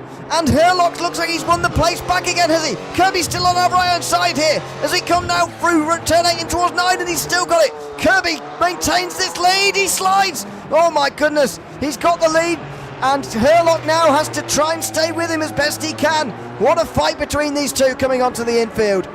Well, if there's one part of the car which won't have been liking that, would have been the tyres. You can just see Kirby sliding his way out those corners. Those tyres will be crying to get changed at some point, but it looks like Kirby's been able to hold on to it ahead of Hurlock. That was a great overtake to begin with over at turn 6, but now you can just see they're all beginning to push now. I think that battle has pretty much motivated them going forward, but there are more back markers that have to get out of the way before the leaders head on by, and that is, I think that is Hurlock who's just attempts to go back through there, and that'll have caught Kirby by surprise. I think that's what he's going to take, is for a late gasp dive to surprise the driver ahead. Yeah, and going over those curves exemplifies the fact that they are pushing at this particular stage in the race. Here was a replay then of the top two coming through turn 4 here.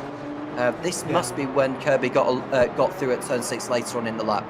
Yeah, so this is how it all happened. We'll go back and watch the current exchanges in a moment, because I think that they could be on again here. But Kirby looks to the outside in towards turn 6, and this is extraordinary, by the way. He's sliding. He's just about giving the space to Hurlock, but just about getting through as well. And then have a look at this. Hurlock says, well, that's not enough. I'll dive down the inside as well in towards turn 7. And look at this from onboard Day, just in behind, still side by side through, but the long way around turn 8 means that Hurlock can't get all the way around there, and Kirby gets in front. They have just had another incident between the two of them though, because Daniel Hurlock is now down to 3rd behind Oliver Day, and you wonder whether that was the turning point in the race. Has Daniel Kirby now got on the straight and narrow to go on and win from here? Well, got still some way to go, 27 laps remaining here, and Kirby, well, he's now in the lead over Day. In fact, Day's ahead of Hurlock now. What happened to Hurlock? Because he's made a mistake earlier, and Day's just gone by him for P2. I wonder if Hurlock's made a mistake at some point in the last lap. And it's over at turn 6, I believe, where the mistake's been made. And it's been a corner. I said it earlier that it was going to catch a lot of drivers out this particular turn. There is Kirby and Hurlock. Our producer was watching this as we were watching the replay of Kirby taking the lead. Hurlock going way too deep, and he almost took Kirby with him. Very nearly took him with him. Did. And that is how Day goes through. That's not Smeraldi, by the way, who slows down and lets him back in again, because it looked like him, but it's not. He's still 6.5 seconds behind. Hurlock is down to 3rd, then behind Oliver Day. But as I say, is that the chance that Daniel Kirby needed to run away at the front of this race? Because I've had the feeling he's been quicker for a while here. He dives down the inside of a bit of lap traffic here. I wonder whether this is the moment he's been waiting for, and now that he's out front on his own, he's going to be able to drive home this advantage, quite possibly. Could that give the indication that Hurlock is going to need to come into the pit lane for tyres at some point? I don't think we're going to be seeing pit stops as far as I keep changing my opinion about how this race is going to go in terms of pit stops, but I think now could be a good time to make a tyre change. Oh, someone's off at the last corner. Who was that that's just gone off? Oh, Day, Oliver Day from 2nd. And he's in a very awkward place to get back going again. He's done well to not get in anybody's way while getting back out onto the circuit here. And he doesn't come in, so we're probably not going to see stops from these guys now. We're at this stage in the race, but Day is down to 4th and now is a long way off the lead after being in 2nd place and only just less than 2 seconds behind at one stage. Moving to the final couple of corners. This is how it's happened, and locking the rear brakes, sliding. Oh, he just clips the outside curve as well, and it's very similar to what Mike Bell did earlier on in the day to spin to the inside there. So Day, well, he's got to hope for mistakes really from Kirby, Herlock and Smiroli. But the thing is, the gaps have risen since we saw those top four that were basically within a few seconds of each other. Now, Herlock is 3 seconds off the lead in second place. Smiroli 8 seconds off the lead, or 9 seconds off the lead. And Day is around about 17 seconds off the lead. So the gaps have risen since the battle, but we're now looking at Lane and Tammy in their own battle for 5th place. And this is the closest battle we've got on circuit for you at the moment. But Tammy is up the inside briefly on Lane, but Lane was always going to shut the door. So the diminishing battle for the lead is going to allow us to go around the field a little bit and look at some other ones, like this battle for 5th. The one further down still between Gilles Lalonde and Timon Subic, although that's a pro versus an AM, so it should be settled rather quickly. Jerry Chen's not that far behind Vinicius Gonçalves either in the AM class, so just keep an eye on those. But at the moment, Jerry Chen's team, along with his teammate, looking pretty good so far in this race. Carl Stroll, even though he's having a difficult day, Chen could get past Gonçalves, and that would just help them along in the team's championship a little bit. And in any case, they come into today with a 22-point advantage, which is fairly significant. Here comes JT Tammy. Good speed on the straights, and a look down the inside incoming in towards turn number 1 on Tom Lane, but he just can't get through. Lifts off early, and Tom Lane able to stay in front again. Lane remains in front of Tammy for the time being there, but Tammy will be back for more. That is for certain as they ride the curves. Again at turns 2 and 3. We're looking at the bottom screen as well. That it has to be. Is that the battle for? What are we looking at there at that bottom screen? It's hard to tell from that angle. The Tammy battle with Len. It is Jerry Chen, sorry. Yeah, Jerry Chen is the one. We're looking at the bottom of our screen. The man who is the champion-elect as the positions stand so far. At the moment, Angelinas is running in 3rd place in the AMs. Chen is running in 5th. So as it stands, Joe Chen will be crowned the AM champion. Angelinas needs to win this race ideally, but Gilles Lalonde is so far up ahead, Angelinas has got no chance of keeping up.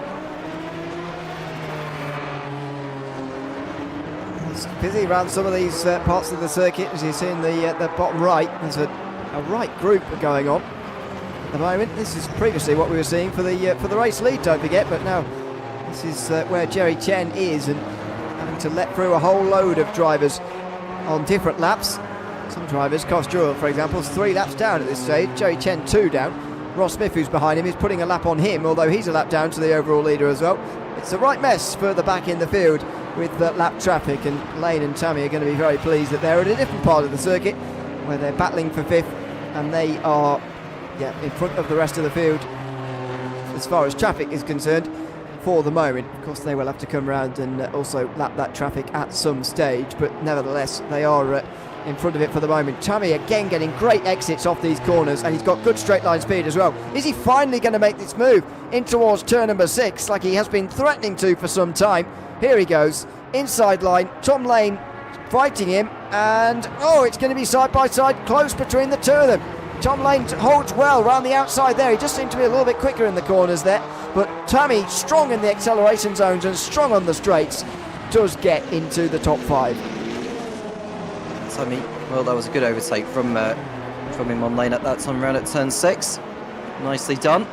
But now he's got around about 19 seconds to catch up on Oliver Day, so he's going to have to rely on errors from those ahead to elevate himself up the order. Dan Kirby's lead over Dan Herlock over 5 seconds now.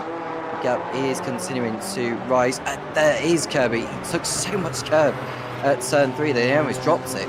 That been rather disastrous by his standards. I'm keen to know where they are refuel, Ewan. I know we don't exactly have details of that, but surely we must have an idea of some degree as to where they are refuel.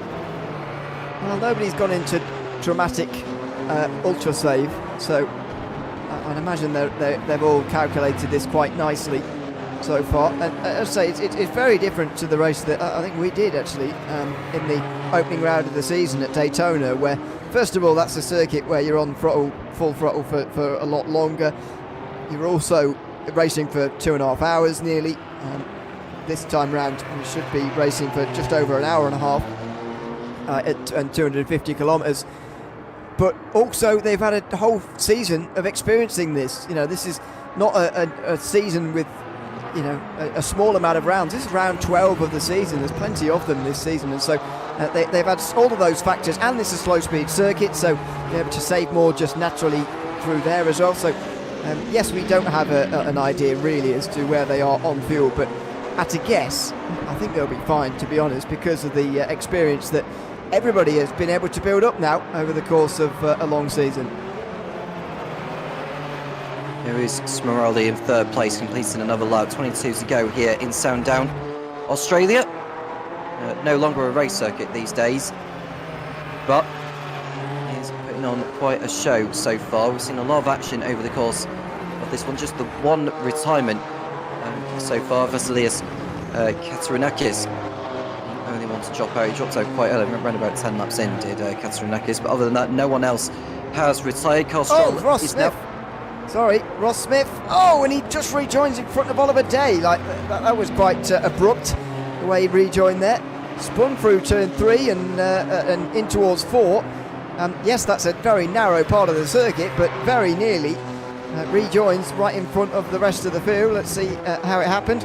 It's these curves and this massive jump almost that they go over time and again. And I'm amazed, to be honest. We've not seen more spins through there, to be honest. That is... I mean, I suppose there was nothing too much else he could have done there because the Armco was only just to his left-hand side. So I'm not gonna criticise too much on that one.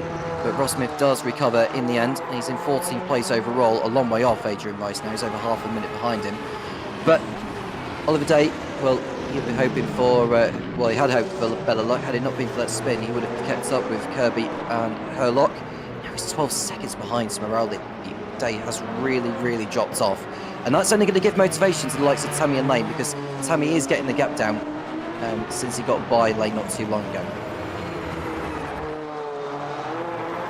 Yeah, I mean, it is a big gap, but still plenty of time left in this race. Another shout out to Johnny McGoffman, who's leading this race by a long way in the Pro-Ams. There is the overall running of this race, I believe. Sorry, that's just the pros. If you were to slot McGoffman into his position, he's currently in 7th, just in front of Magnus Dahlgren at the moment. There he is, alongside his Pro-Am competitors, ahead of Ross Smith as well. And there is Gilles Lalonde leading in the AM class, in front of Maximilian Petravki. And I don't think quite a whole lap in front of Angelidis, although maybe he is at this stage. He's pretty close to getting to that point. And Angelidis' chances of a championship are starting to be into other people's hands. He needs Jerry Chen, to be outside the top 5, and he needs to win. At which point, Angelidis definitely needs some things to go wrong for Lalonde Petravki in front, because he's got a minute up in front of him to Timon Suvic, who is a pro driver and who's one of the drivers separating him in the overall standings from his AM rivals. And then we look at Magnus Dahlgren a long way down. Well, a long way back, I should say. It's not a long way down the order, but it is a long way back in terms of the time. Over a minute off the lead. At this rate, he'll end up being a lap down on the leaders before the end. Looking at the lap times carefully, actually, because we've just seen the best lap of the race so far from Dan Kirby at 1:31.1. Over a second faster than what Herlock did on the previous lap. I think Kirby feels he can just start to push a little bit again and bridge that gap out even more. It's over 7 seconds. The only other driver to set a time of the 1:31s on the previous lap was Smeraldi. He did a 1:31.9, which is helping even more to pull away from Oliver Day. Tammy is getting the gap down, producing his best lap of the race. His lap was nearly 1.6 seconds faster than what Oliver Day had produced. As we can see, there are more back markers of which the leaders will be approaching. They will be, and it's just relentless for these guys in the lead, and indeed even if you're not that far down, to be fair. Petravki and Lalonde here, who are exchanging places, for the lead in the AM class, have also put laps on the bottom 4 or 5 in this field, so even they have cars to pass on a circuit where it's not the easiest in the world to make overtakes, especially compared to some of the others that we've seen on this calendar. especially recently, likes of Spa and Hockenheim, Silverstone, Monza and Le Mans and etc. Especially early on in the season, actually. Daytona Sebring as well. It was much easier as far as overtaking circuits are concerned than what we're seeing here. But you've got to deal with what's put in front of you. This is a replay, meantime, of what's going on a little bit further down the field. And how Gilles Lalonde is suddenly in a battle for the lead in the AM class, because he was a long way in front of Petrovsky at one stage. He goes for a spin round turn 9, a little bit up on the grass bank, and here's Petrovsky, comes straight through as Lalonde rejoins and actually lets him go ahead there, as he didn't want to rejoin too abruptly. Very nice of him, but now he wants to win that place back again. Gets close on the way towards turn number 1, but can't get it done, and he will have to try and make this move over the next couple of laps. This could be a good fight in the AM class now. Well, Lalonde was quite far ahead. Oh, he gets tapped by Ross Smith behind, which won't help the situation. They are in different classes to each other, those two. But yeah, there was a slight little bit of contact. I don't think there was anything Ross Smith could have done about that one.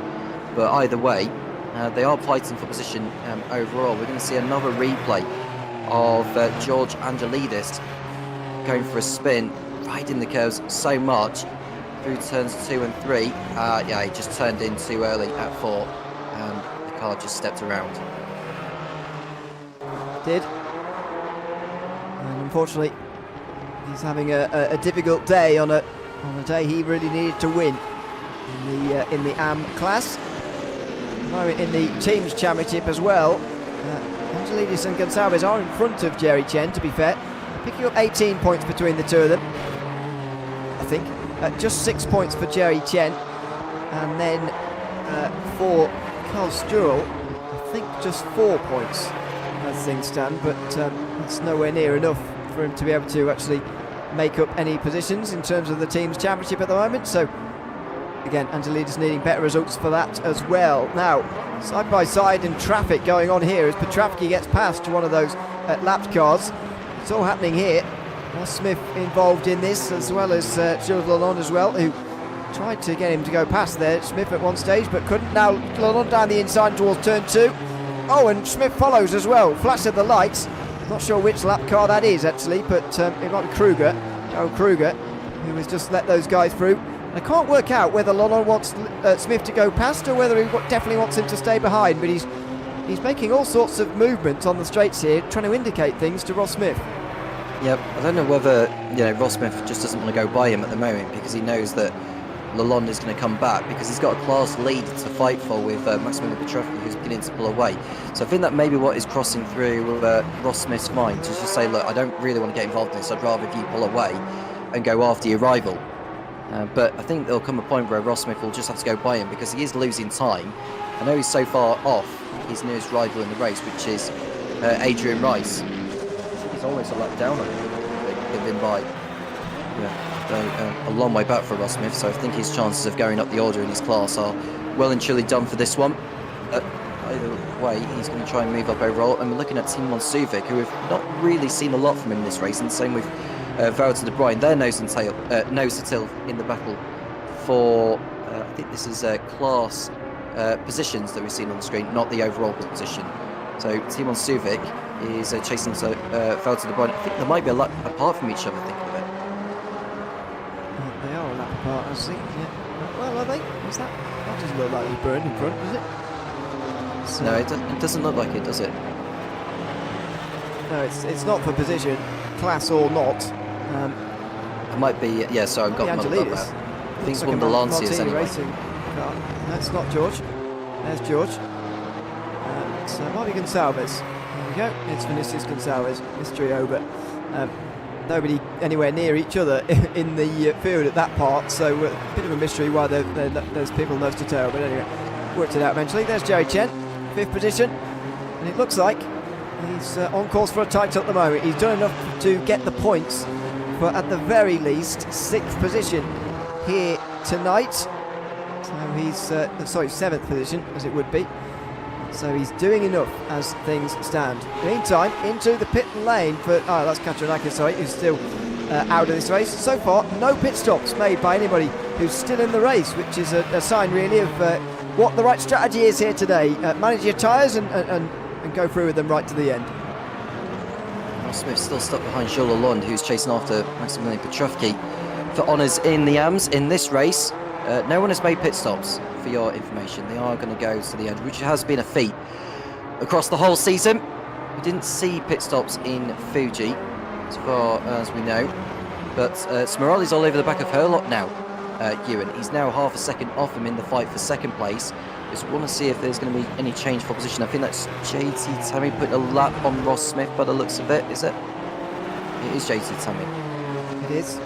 Yep. Oh, Lalonde getting out of shape. He is very out of shape here, and again, Ross Smith, I don't think quite knows whether to go past or not. He's got no choice now, and no, he still doesn't go past. I'm very puzzled at the moment what's going on here. JT Tammy's not going to be waiting around with these guys. He's going to put a lap on them for the first time this afternoon, and Lalonde is going to try and facilitate that by pulling to the left-hand side and making sure he doesn't have to weave between the two of them. So Tammy straight through, and Lalonde sort of filtering the traffic very nicely there, but I just cannot work out what these two are thinking at the moment. Lalonde half the time seems to be defending, half the time he seems to want to let Ross Smith through. And same goes for Smith, who half the time seems to want to go past and half the time doesn't. I really can't work out what's going on here. We're going to see a replay of Felton de Bruyne, who we did mention. We thought we saw him picture not too long ago, but actually wasn't. This is him at turn 6. What's he supposed to do here? It's a drift. That's the thing here. When you turn in as the circuit decline... People get run over all over the place. Oh, God. Yeah, got too close to Concalves, isn't it? It's Joe Chen, yeah. And waiting a long time to get going again. Hopefully he's got time to do that. With over a minute behind.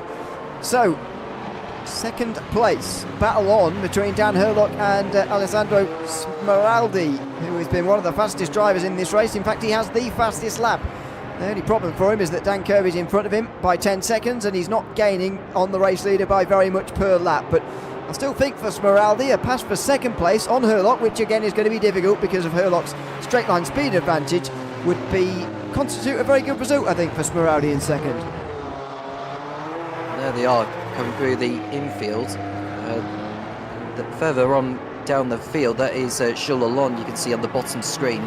Ross Smith is still behind him, but Tom Lane is coming up to lap the pair of them. So Ross Smith will need to be on his toes as Lane goes by, but will remain focused on the battle for second place in the pros between Dan Herlock and Alessandro Smeraldi. Coming out of the last turn, does he get the exit he needs here? Herlock, in my opinion, should have the straight line speed advantage, and I think that is what has kept him in front of Smeraldi this time around, and it does so. Smeraldi may have to catch him by surprise at turn 1. He got quite close, but not close enough. Not quite. On the way down in towards turn number 1 there. Smeraldi just having a peek, but he's going to have to work really hard to make this pass because we've seen it time and again. Herlock has been very, very fast in a straight line, and that is not going to make it easy to pass for Smeraldi. I mean, look at him in the slipstream here, barely getting anywhere. In fact, he isn't really getting any closer at all there, even despite the slipstream. But look at how much later he can brake. Oh, it's a massive dive. Oh, and he's hit him. Just about. Herlock able to hold on to the second place with a bit of car control there, but that's the difference between these two. Oh, and he's got diving again in towards turn 7. Downhill on the brakes. He's not able to do it there either. You can see the difference between these two cars and these two manufacturers. Smeraldi can brake so much later, especially if he decides to forego fuel saving for the end of that particular straight, whereas Herlock is much faster on the straight and narrow. He seems to have much less downforce on than the rest of the field. It's one thing to catch your rival by surprise. Running into that driver is another thing, and I think Smeraldi was just too far back to make a lunge at turn 6 and nearly tipped Herlock round. Thankfully he didn't that time, but it was very nearly disastrous consequences for the pair of them, and that would have made Dan Kirby's hopes of winning this race, well, he can have like a Sunday drive to the checkered flag now because he's so far out in front since the top 4 were so close to each other, and Kirby, well, will just focus on a calm drive to the checkered flag, and we are looking to see if maybe Smeraldi can just get a better exit out of turn 4 to get the run that he needs on Herlock all the way down to turn 6, but he needs to be closer this time and he's got to keep it clean. He's even further away than he was last time, unfortunately. Just over 5 tenths back coming out of turn 4. He's surely too far back this time round. Forget about it this time and go for it again next time round has got to be the objective here. But only 12 laps to go at the end of this one. He will feel time is running out very much so for Smeraldi, and those last 20 minutes are going to fly by very, very quickly indeed. So Smeraldi has got to figure out how he's going to go on past here in the next few moments. And I'm not sure at the moment he's particularly on his way to a second place finish. He's going to have to work very, very hard to get past Herlock. I mean, we saw it with Kirby earlier. He spent ages behind Dan Herlock despite being a lot quicker, as has been evidenced in the last few laps. Kirby has turned out to be a lot quicker. Look how far back he comes from here. This is an outrageous dive. I don't know why he attempted to do it from that far back, to be honest with you, Ewan. You know, he was not anywhere near close to even think about trying to go for a move there on a part of the racetrack which is probably more narrow than the back straight that he was going through. So I was a little surprised he decided to go for it there, did Smeraldi. He needs to be closer if he wants to be alongside. But as we've got 12 laps remaining, he's got enough time to make his move. He does. Very much so. And towards turn 2 and 3 again over these huge curves here. The uphill jump as well, which makes it even more difficult. Next car in line is Wouter de Bruin, who's 9th place in the Pro class and 11th overall. He's about to go a lap down for the first time to these two. He already is a lap down to Dan Kirby, who's now got everyone outside the top 9. 1 lap down. We'll see what de Bruin decides to do here. Does he get out the way for Herlock completely, or does he stay in front of them for a little while? Puchavki in time, under pressure from Gilles Lalonde. And Gilles Lalonde looks like he's gotten through here, and oh, he's off! Puchavki's off! Or is he? Well, it looks like Lalonde was waiting for him there, so I wonder whether they made contact as well. Yeah, we'll see on the replay. There is Dan Kirby in the lead, 16 seconds clear now over Herlock and Smeraldi. A long way back to Oliver Day, who's now only 8 seconds clear of JT Tummy. So it could be that that JT Tummy saved fuel earlier for these latter stages to make his pursuits on Day. But now, looking at the situation with Puchavki and Lalonde have come together, I think, again, so we need to see what's going on involving the... Sorry, it says Smeraldi and Herlock, my apologies for that. But here we go, look, this is Smeraldi up the inside, this is over at... oh, dear me. It's quite a late dive, and Herlock's going to be a bit frustrated with Smeraldi now, because that is a couple of times in the last few laps that has happened, unfortunately. He has got a bit of a gap now back to Smeraldi, which is great news. This is for Herlock with 10 laps to go. Puchavki's gotten 2 seconds out in front of Lalonde, in fact 3 now. It's really ballooning between those two in the AM class, which came right down in a very sudden moment and has gone straight back out again in the battle for the lead in the AM class. So unsure quite as to what is going on there between those two. We'll have a look in a moment. As they were coming down in towards turn number 1, I suspected that Lalonde maybe hit Puchavki, but we'll see whether that turns out to be the case or not here. They're the second and third in line of these 4, with Ross Smith just behind them, who got past them both as a result of this. Lalonde down the inside, Puchavki on the outside, forced off the road. And that's why Lalonde decided, very graciously I think, to let him straight back through again. Yeah, he had to, because otherwise he'd have taken a penalty. It would have been classed as an illegal overtake, pushing the driver off the circuit to pass. It almost looked like Puchavki was fuel saving along that pit straight, because Lalonde was quite a bit back, and I didn't expect him to make a move up the inside, you know, at normal racing speeds with that kind of gap. So it may be that Puchavki is in need of fuel saving at this point, because he pulled out that margin, didn't he, earlier, or when he was catching Lalonde, but now he's having to go into fuel saving mode. But the good news is that Lalonde is, well, now 4 seconds back. I wonder where Lalonde has lost the time at, because those two were nose to tail. It's interesting, isn't it? Once these incidents happen, they can really see a gap balloon after that. And it's very much what we've seen here. Again, Herlock, all 4 wheels off the ground almost, coming off turn 2 there. As we've seen time and time again over the course of 250 kilometres here. Into the final 10 laps of the season now in the Virtual World Sportscar Championship's historic category. And this, the last race in VWSC for moderns or historics, of course. The moderns drawing to a close in November with a finale at Bahrain. And for the historics here in Sandown in Australia, a circuit that, or a layout at least, a venue that still exists but a layout that doesn't. And it's been very interesting racing so far, I've got to say. It does limit overtaking opportunities rather, but it's a short lap, so you get to see them quite often. And we might see them used at least one more time, because Alessandro Smeraldi is pretty much right back with Daniel Hurlock again. Looks faster than Hurlock, but difficult to get past a driver that is so fast in a straight line. And we've got 9 laps remaining in this as the time continues to tick down. There we look. That is Smeraldi. Is it Smeraldi riding on board with, though? Is that Hurlock? Can't quite tell from that particular Smeraldi. Yeah, that's Smeraldi we're riding on board with there. So we're just studying to see how he tackles the corner. Hurlock was a little wide out of turn 1. He's going to ride the curb a little bit too much there. I don't know if that's the norm or whether drivers are doing that too much, which really can't do the balance too much good when they're going through a corner like that. But Hurlock survives that, pulls out a margin on Smeraldi again. And it looks like Hurlock may be consigned to a second place finish here to round off his championship winning season. May well be. It's been a great season for him nevertheless. Hurlock's run of podiums will, as long as he holds on to this one, stretch to 6 in the final 6 rounds after just 2 in the first 6. It's a remarkable turn of fortunes that have got him to the championship lead, passing Eduardo Benenka fairly comfortably, as he has an engine failure at Spa and a DNF at Fuji last time as well, effectively ending his championship charge with the previous rounds. Hurlock having to get past all the lap cars there. That sits right on the apex in time for Smeraldi, who just about sweeps to the left-hand side there nicely and gets through on the way towards the final chicane here. That was too close for comfort, I think you'd say. Smeraldi will have to get himself closer again, but he's running out of laps here. You know, we speak about, or we have often spoken so far in this race, there's a lot of time remaining, blah blah blah, but no longer, that no longer applies really.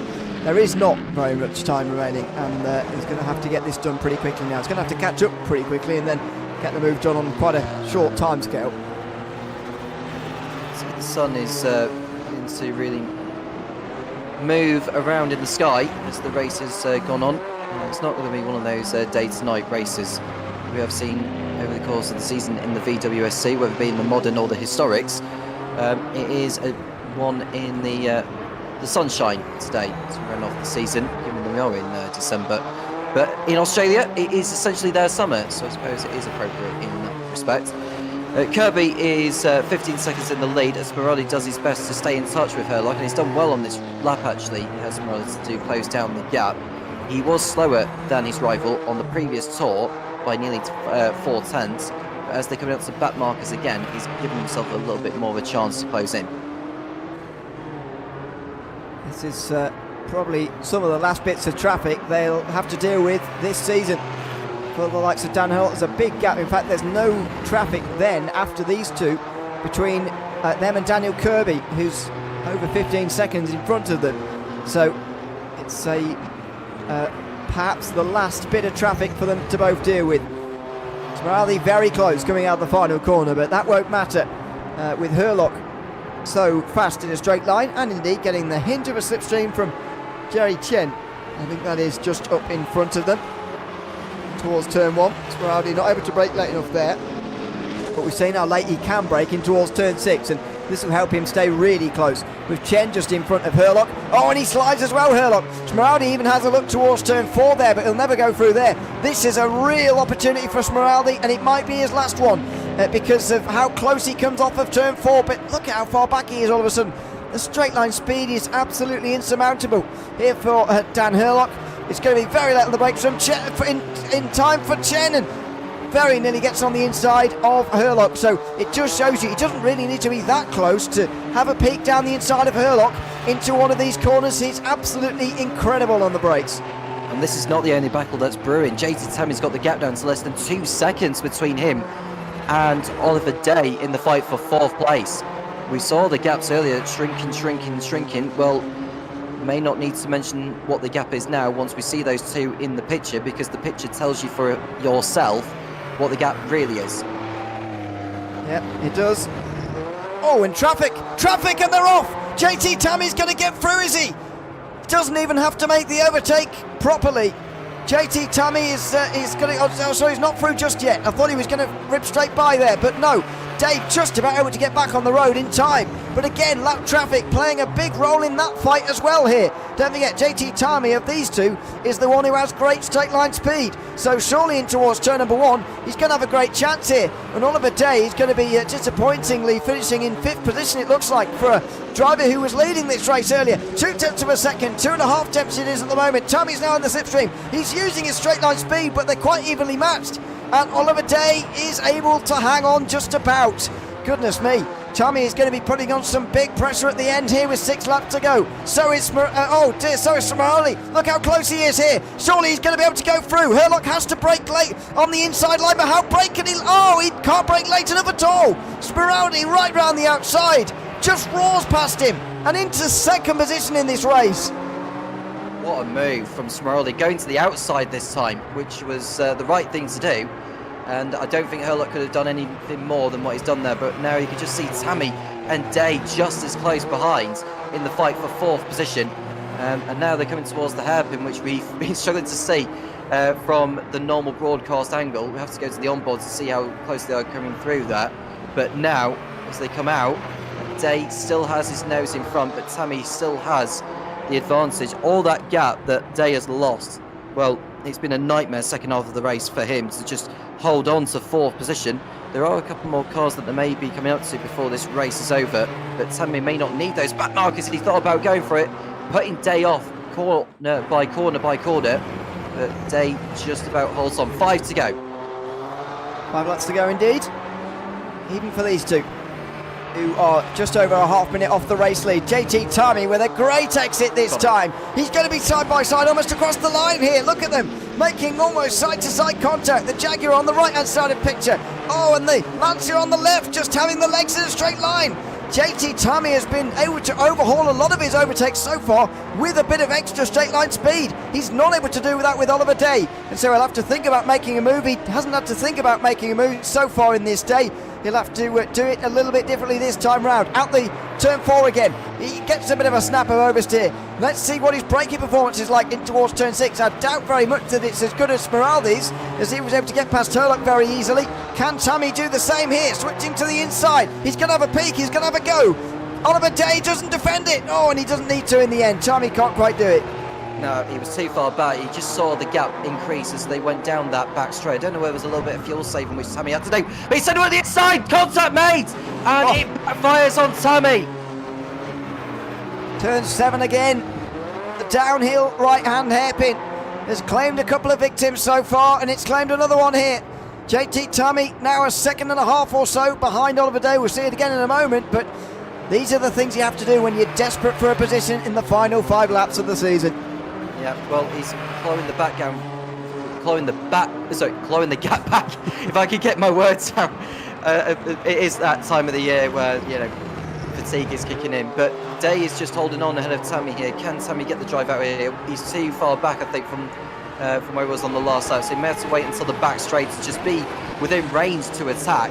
He needs to be on the outside, really, because on the inside, the Armco is just basically near the apex. So the outside is where you want to be for when you come out of there towards the next hairpin. This is a replay of the incident involving. We're going to go to replay, but it'll go back to live. Oliver Day has spun. So JT Tammy does get his position.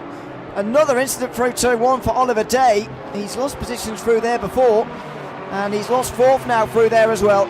So Oliver Day loses 4th. We'll see both of those incidents again in a second. Here's the most recent one, though, in towards turn 1. They still hadn't lapped Jerry Chen, by the way, which they were going to ages ago. This is how it happened. Just wide again, over the curb, spins. Oh, he nearly clipped Tammy as well, who did well to just sneak through there on the left-hand side. And Oliver Day is down to 5th position. You get the feeling that is the last battle, not of the season, but certainly last battle of these two's season over, and JT Tammy should finish 4th from here. Well, we've got a battle between Dalgrim and Bell, haven't we, for 7th position in class. Bell is right behind now. I'm surprised Bell hasn't been lapped, considering all the dramas that he's been involved in this race. As the laps continue to sit down, 3 to go for the race leader, Dan Kirby. Dahlgren is under attack from Bell. This is a replay of Ross Smith having a moment around turn 7, or just on the exit of 6. He tried to correct the slide, and as soon as he touched the grass, it was never going to be his best friend. Yeah, very nearly ended up on the other side of the circuit there. This is Tony McCoffman out of turn 9 into 10. And spins through here into 11. Oh dear. To the inside before 12. Haven't seen someone spin through there today so far, but first time for everything. The crowd whilst he was at it. I know, I was a bit worried about that. This is Dan Herlock, meantime. Or is in third place, sorry. He was in the battle for second, but certainly no longer. Spins through turn 9 as well. So the end of this race. We're coming up to 2 laps to go, by the way, for Dan Kirby.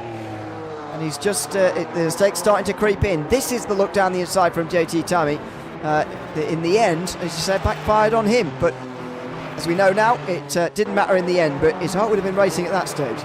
Yeah, I think we saw a fastest lap some time ago from Alessandro Somali on a 1:30.8. I think he's the only driver to set a time in the 1:30s now, remarkably. We won't do anything about Kirby, though. Kirby's too far out in front. Oliver Day, after that spin, well, he just needs to make sure he gets to the end and not make any mistakes. 1 lap to go for Dan Kirby when he crosses over the line. This is the point where have they all saved enough fuel? I'd like to think they have done, but it won't stop Bell going by Dahlgren, who looks like he may have been at fuel-saving mode, judging by the way he's just allowed Bell to go by, and Bell just accepted the invitation that time around. So, a recovery of sorts for Mike Bell, who has had a better second half of the race, to be fair to him, than first, but unfortunately the damage was done earlier. This, though, is Dan Kirby, who raced a very, very smart race. He was stuck behind the likes of Herlock and Oliver Day for quite long periods, and Mike Bell, if you remember, very early on in the race, for long periods of time actually here this afternoon, but he's raced very smartly. He's raced with his head on, which is, it sounds like it's simple, but we don't see it all the time. You know, using his pace at the right point, making the overtakes at the right stage, and Daniel Kirby's about to start the last lap of this season with a comfortable lead on his way to a relatively comfortable victory for the 4th time this season. Absolutely so. We won't need to worry about any more back markers from here on in because they're quite some way in front. Petrovsky and Lalonde are fighting over the class win. So once Kirby goes over this line, they've basically got 2 laps to do from now, these Petrovsky and Lalonde. So this will be quite a titanic squabble for honours there. And looking at where Angelidis is what I was meant to say. Chen, the 3rd and 5th in Angelidis' favour, but it's still not enough for Angelidis to snatch it away from Chen, who's not had a good race, let's be honest, but he's done enough to claim the title. He certainly has. And that will be the pleasing thing above all. Through into the infield section for the final time now for Daniel Kirby, who, as I say, is about to take his 4th race victory of the season. He started the day, by the way, just 13 points behind JT Tammy, who's got up to 3rd place now and rather rescued a 3rd place championship finish in the end of this season. He was otherwise in danger from Daniel Kirby, but he needed to finish in the top 5, which he wasn't for long stages, but now Tammy's on the podium, so he should be absolutely fine. Kirby, though, has only been at 4 rounds this season, all of them coming at Silverstone or later, and he's won all of them. That just shows you how quick he really is, and just what dominance is. Oh no! Somebody's upside down. It looks like Carl Stroll on the very last lap of the season. But we'll get back to him in a second. Might be Tom Lane, actually. They're both looking the same. But anyway, we'll get back to that in a second, because Daniel Kirby's going to come out the final corner to win the final race of the Virtual World Sports Car Championship in 1985 here at the Sandown, 250 kilometres. It's a flash of the lights. It's 4 in 4 for Kirby, and it's a great end to the season for our race winner tonight. Our champion, Dan Herlock, is going to finish a little bit further down the field here today as we wait for some of the other class winners to come across the line. McCoffman and Petrovsky are quite close to one another, and Maximilian Petrovsky here, Tom, has got some work to do. He's got some defending to do from Gilles Lalonde on the final lap. Has he saved enough fuel to defend Petrucci? That's the £1 million question. We'll see soon enough. And yeah, they are going through turns 8, 9, and 10. Lalonde's gonna. It's that last breaking point of the lap where Lalonde could send one up the inside. Of course, it won't change who wins in terms of if they end up tangling and retire, because Angelides, I believe, has already crossed the line. But these two, Lalonde is too far back. I think Petrucci's got this one covered. Well, it's into the final couple of corners, and Ross Smith gets close to them indeed as well. That's a battle for position, by the way. 12th, 13th and 14th overall. As Maximilian Petrucci comes over the line, he will win in the AM class in the final race of this season. Ross Smith behind officially crowns himself as champion in Pro-Am, just in front of the race winner Tony McCoffman, who wins the final race of this season here at Sandown. Smith blows his engine at the line. He can't do any celebratory donuts at the end, unfortunately for him, as he blows up crossing the start-finish line here. So this is what happened to Carl Stroll, yeah. So what happened? Oh, it was with McCoffman, and that's a very unusual way to end a season. Yeah, he caught the curb so much, but then it was further contributed by the car behind him tipping him over. But I think that'll go down as a racing incident. I think so. We'll wait and see, of course, but I think you're probably right. There's Kirby's donuts, and we'll have a look at the race results at the end here tonight. After 65 laps of racing, Daniel Kirby taking the victory for the 4th time this season here at the Sandown 250 kilometres. We'll break it into class. So first of all, the pros. Kirby beating Smeraldi in the end, who did well to get up to second, and JT Tami, who ripped through the field late on to get a podium and rescue his 3rd place in the championship standings as well. Daniel Hurlock will win the title despite a 4th place finish, with Oliver Day rounding out the top 5. Tom Lane had a quiet day in finishing in 6th, but of Mike Bell, who got better towards the end. Magnus Dahlgren was the last driver on the lead lap, with Valtteri de Bruin and Timon Suvic 1 and 2 laps down on the race leader, respectively. In Pro-Am, Tony McCoffman wins by a lap, nearly ahead of Adrian Rice, credited with 1 more at least than the Jaguar. Ross Smith wins the title with another podium, this time last of the 3 drivers in Pro-Am. And in the AM field, it's Maximilian Petrucci, who just about holds on from Gilles Lalonde in one of the finishes of the season there. George Angelides finishes only 3rd, and so it's not enough to overhaul Jerry Chen. Despite the fact he gains 4 points, it's not enough to overhaul the 12-point deficit he had at the start of the day. Vinicius Gonçalves also couldn't finish high enough for Martini Racing, as Breaking Bad Racing of Jerry Chen and Carl Stroll both take the title in the teams. Darrell Kruger ends up 6th place, Stroll retiring on the very last lap there, as we saw, and Vasilis Katsarinakis retiring very, very early on in the race, as we saw very late on there for Stroll as well. Those are the only 2 DNFs in the day, by the way. Well, that is it for historic racing this season. We'll just hang on for a moment for some of the guys to come in to chat to us. But Tom, what a season it has been. And what a final race that was for 250 kilometres at Sandown. I've got to say, I've never seen this layout before, and it's certainly delivered. That was a good race. It's put on more of a show than we thought it was going to be. And I'm happy with that to round out the season. I'd like to have seen more of the championships going down to the last race, as we often do.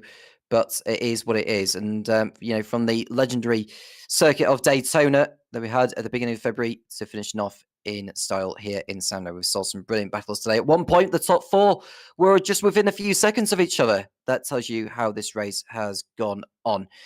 Shall we bring in some drivers and get a few words from these people, Ewan? Yes, there's a lot of them waiting, so we better get on with it. Daniel Kirby, first of all, I've moved wrong. Someone keeps moving the channels, so I'm dragging people all over the place.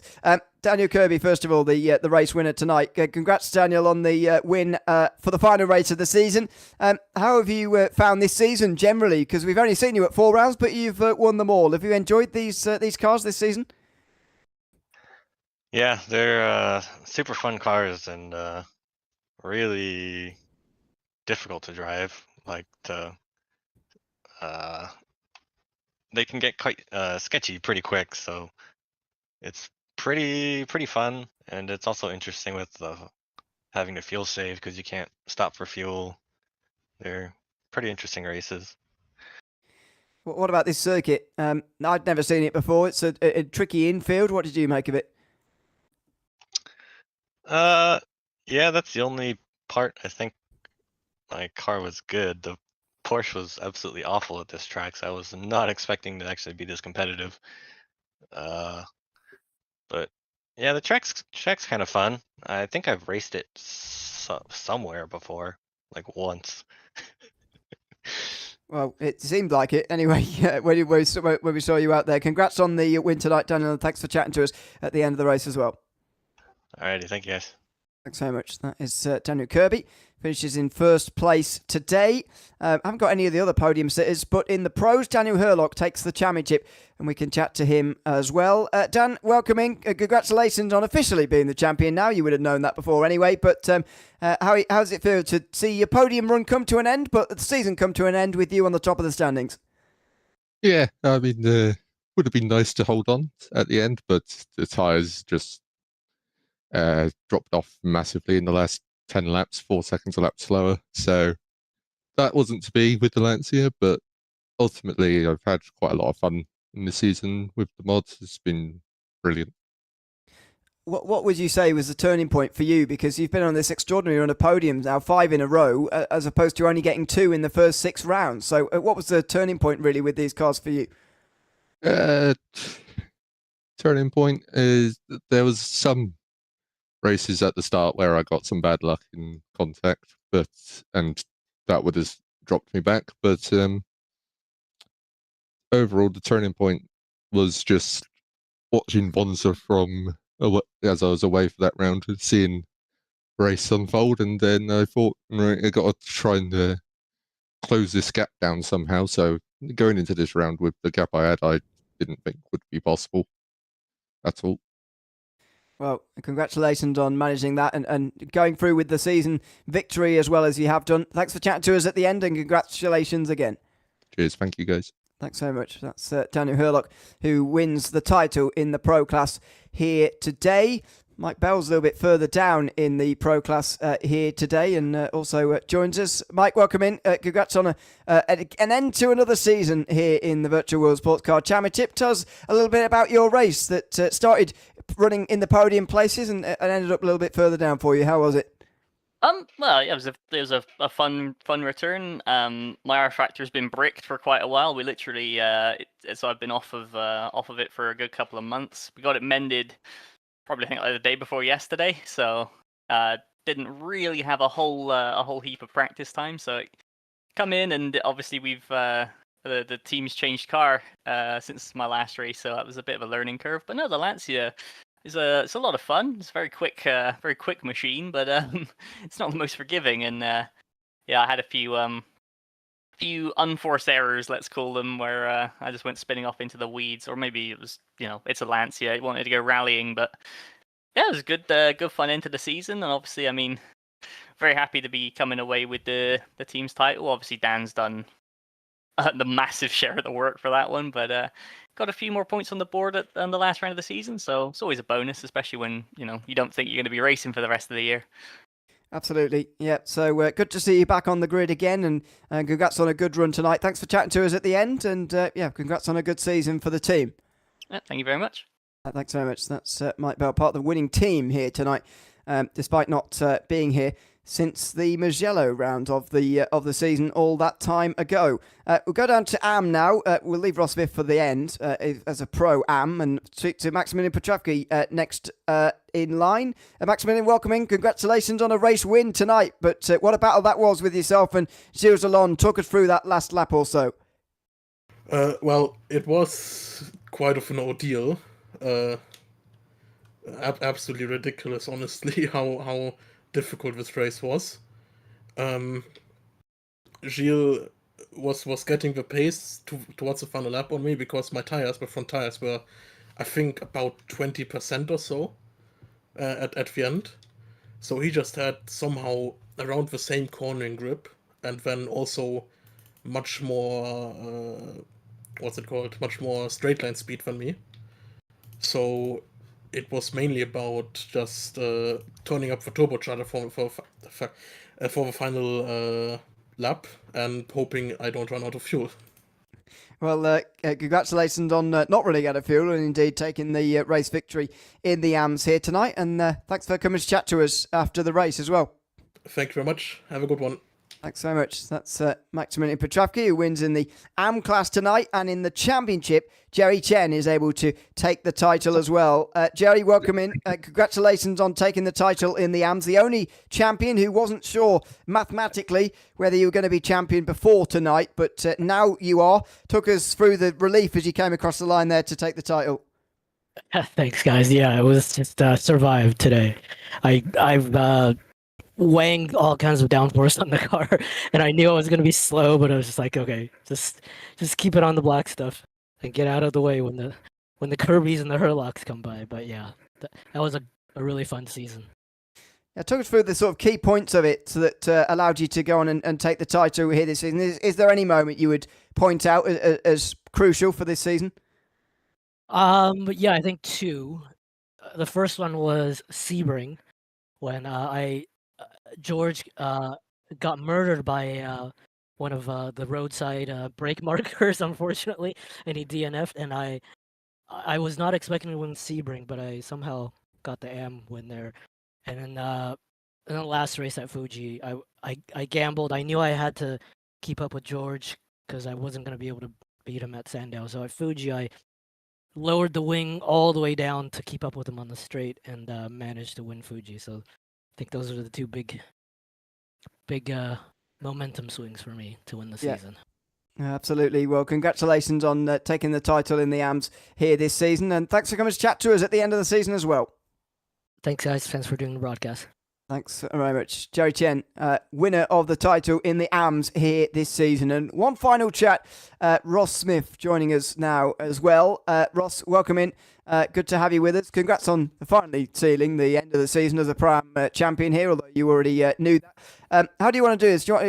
I'll ask you a question about the race and I'll ask you after, and then we'll play the video and I'll ask you about that. Is that all right?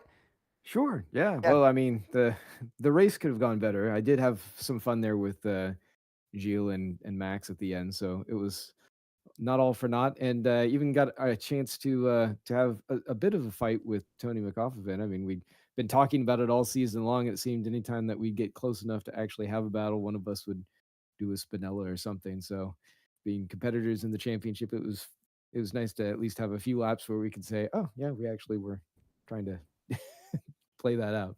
But yeah, good race. It was an entertaining season. I wish there were more in the class like what we started with, but unfortunately, we had some drop off for one reason or another, and yeah, it got pretty sparse. But I don't think the same thing will be happening next year for the way that the classes are all split up. So I'm looking forward to that. Interesting. We'll talk about that as well as much as you want to, but. Heading into next year, this is the last round of both the Historics and the Modern Series, which has already drawn to a close in November. So there is no more racing, as it were, for these championships in 2025.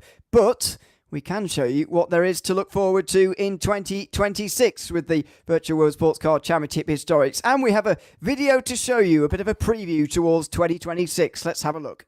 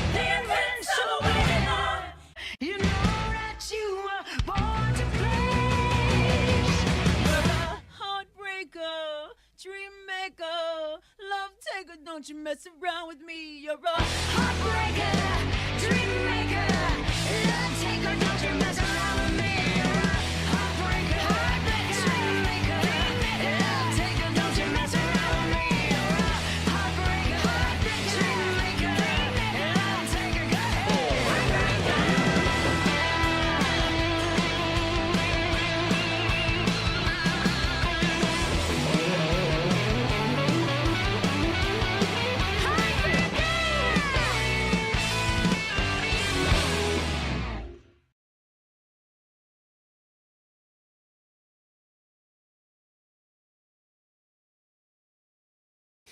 And so we go back in time again, about half decade, just the era before this, if you like, to 1981 in the Virtual World Sports Car Championship historics for next season. And I've got to say, some of the bodywork, if you like, the angular bodywork from that era as well, looks absolutely fantastic already in the sim. Ross, just tell us a little bit about the era and how that's going to be translated into the sim for next year. Well, first we have to, give big thanks to the team, Matthew Simeoni and all of his guys over at the Grand Touring Group. They provided many of the assets that we've been working off of. They obviously built out a tremendous mod for AMS1 and R Factor 1. So we've been working with them to bring a lot of informational assets in. And then our team, led by John Ewan, Jerry Chen for testing, they did some great work in getting these cars ready. So, yeah, it's a great era. You've got lots of very interesting battles going on. It was a time when the rule set was, I think, like 2.5 pages, something like that, and that was it. So it was almost unrestricted in terms of what you could do to the cars, other than make sure you have basically the same doors and roof as what was in the thing. But it'll be 2 divisions. You'll have your under and over 2 liter. So they'll be still pretty powerful, heavy turbos and everything. So you'll see instances kind of similar to 1964, where some of the lower class on certain tracks will actually be kind of light and nimble. So they'll be mixing it up with some of the ones in the faster divisions. So it'll be wild for sure. These cars are definitely untamed power. So there's just going to be a lot of action, lots of sliding, lots of very close racing, and no worry about fuel saving in terms of the way that we had it this year. So it's just going to be wild. I think some people are going to be pleased to hear that last part as well from hearing Sure. this season, that's for sure. But no, great to have another new era on the historic side of things in 1981 this time around. And similar to this, I suppose, early 80s rather than mid 80s, but the cars certainly dissimilar in so many ways, and very much looking forward to that. So yeah, hope you're all excited for next season already. It won't be long to wait. We are already in December after all, so 2026 just around the corner, and the 1981 historics will be with us for that season, that year, along with a modern series as well. So yeah, lots to look forward to in 2026, and I hope you're all looking forward to it as well, because as I say, there's not a long to go now either. Should just say a thanks from us as well to all the team at CMS and Storm Gang Simulation for all of their work with the modding and helping us with the broadcast here this season for the modern and historic seasons of Virtual World Sports Car Championship in 2025. Also, a big thanks to the producers like Paul Glover, who's been behind the scenes of this one, but also James Parfitt, of course, and I think Jim has done a couple of races as well. Jim Cunningham has done some of the races this season, as well as all the commentators who've been alongside myself, like Tom Cairns and so many others at JPB over the course of the season. It's been a long season, of course, a lot of rounds, but great to have everybody on board for it. And thanks to the drivers for providing us with such great entertainment to watch throughout the season, coming right to the very end here for 250 kilometres at Sandown as well. But that's just about it from us in 2025. This has been the Sandown 250 kilometre race, the final round of the Virtual World Sports Car Championship in 1985. For the historics, we go back in time to 81 next year. And of course, in the modern, we keep moving forward for another season of that as well. We look forward to them both. Hope that you'll join us for that as well in 2026. I've been Neil Leary alongside Tom Cairns tonight in the commentary box with Paul Glover behind the scenes on cameras. And until we see you in 2026, it's goodbye for now.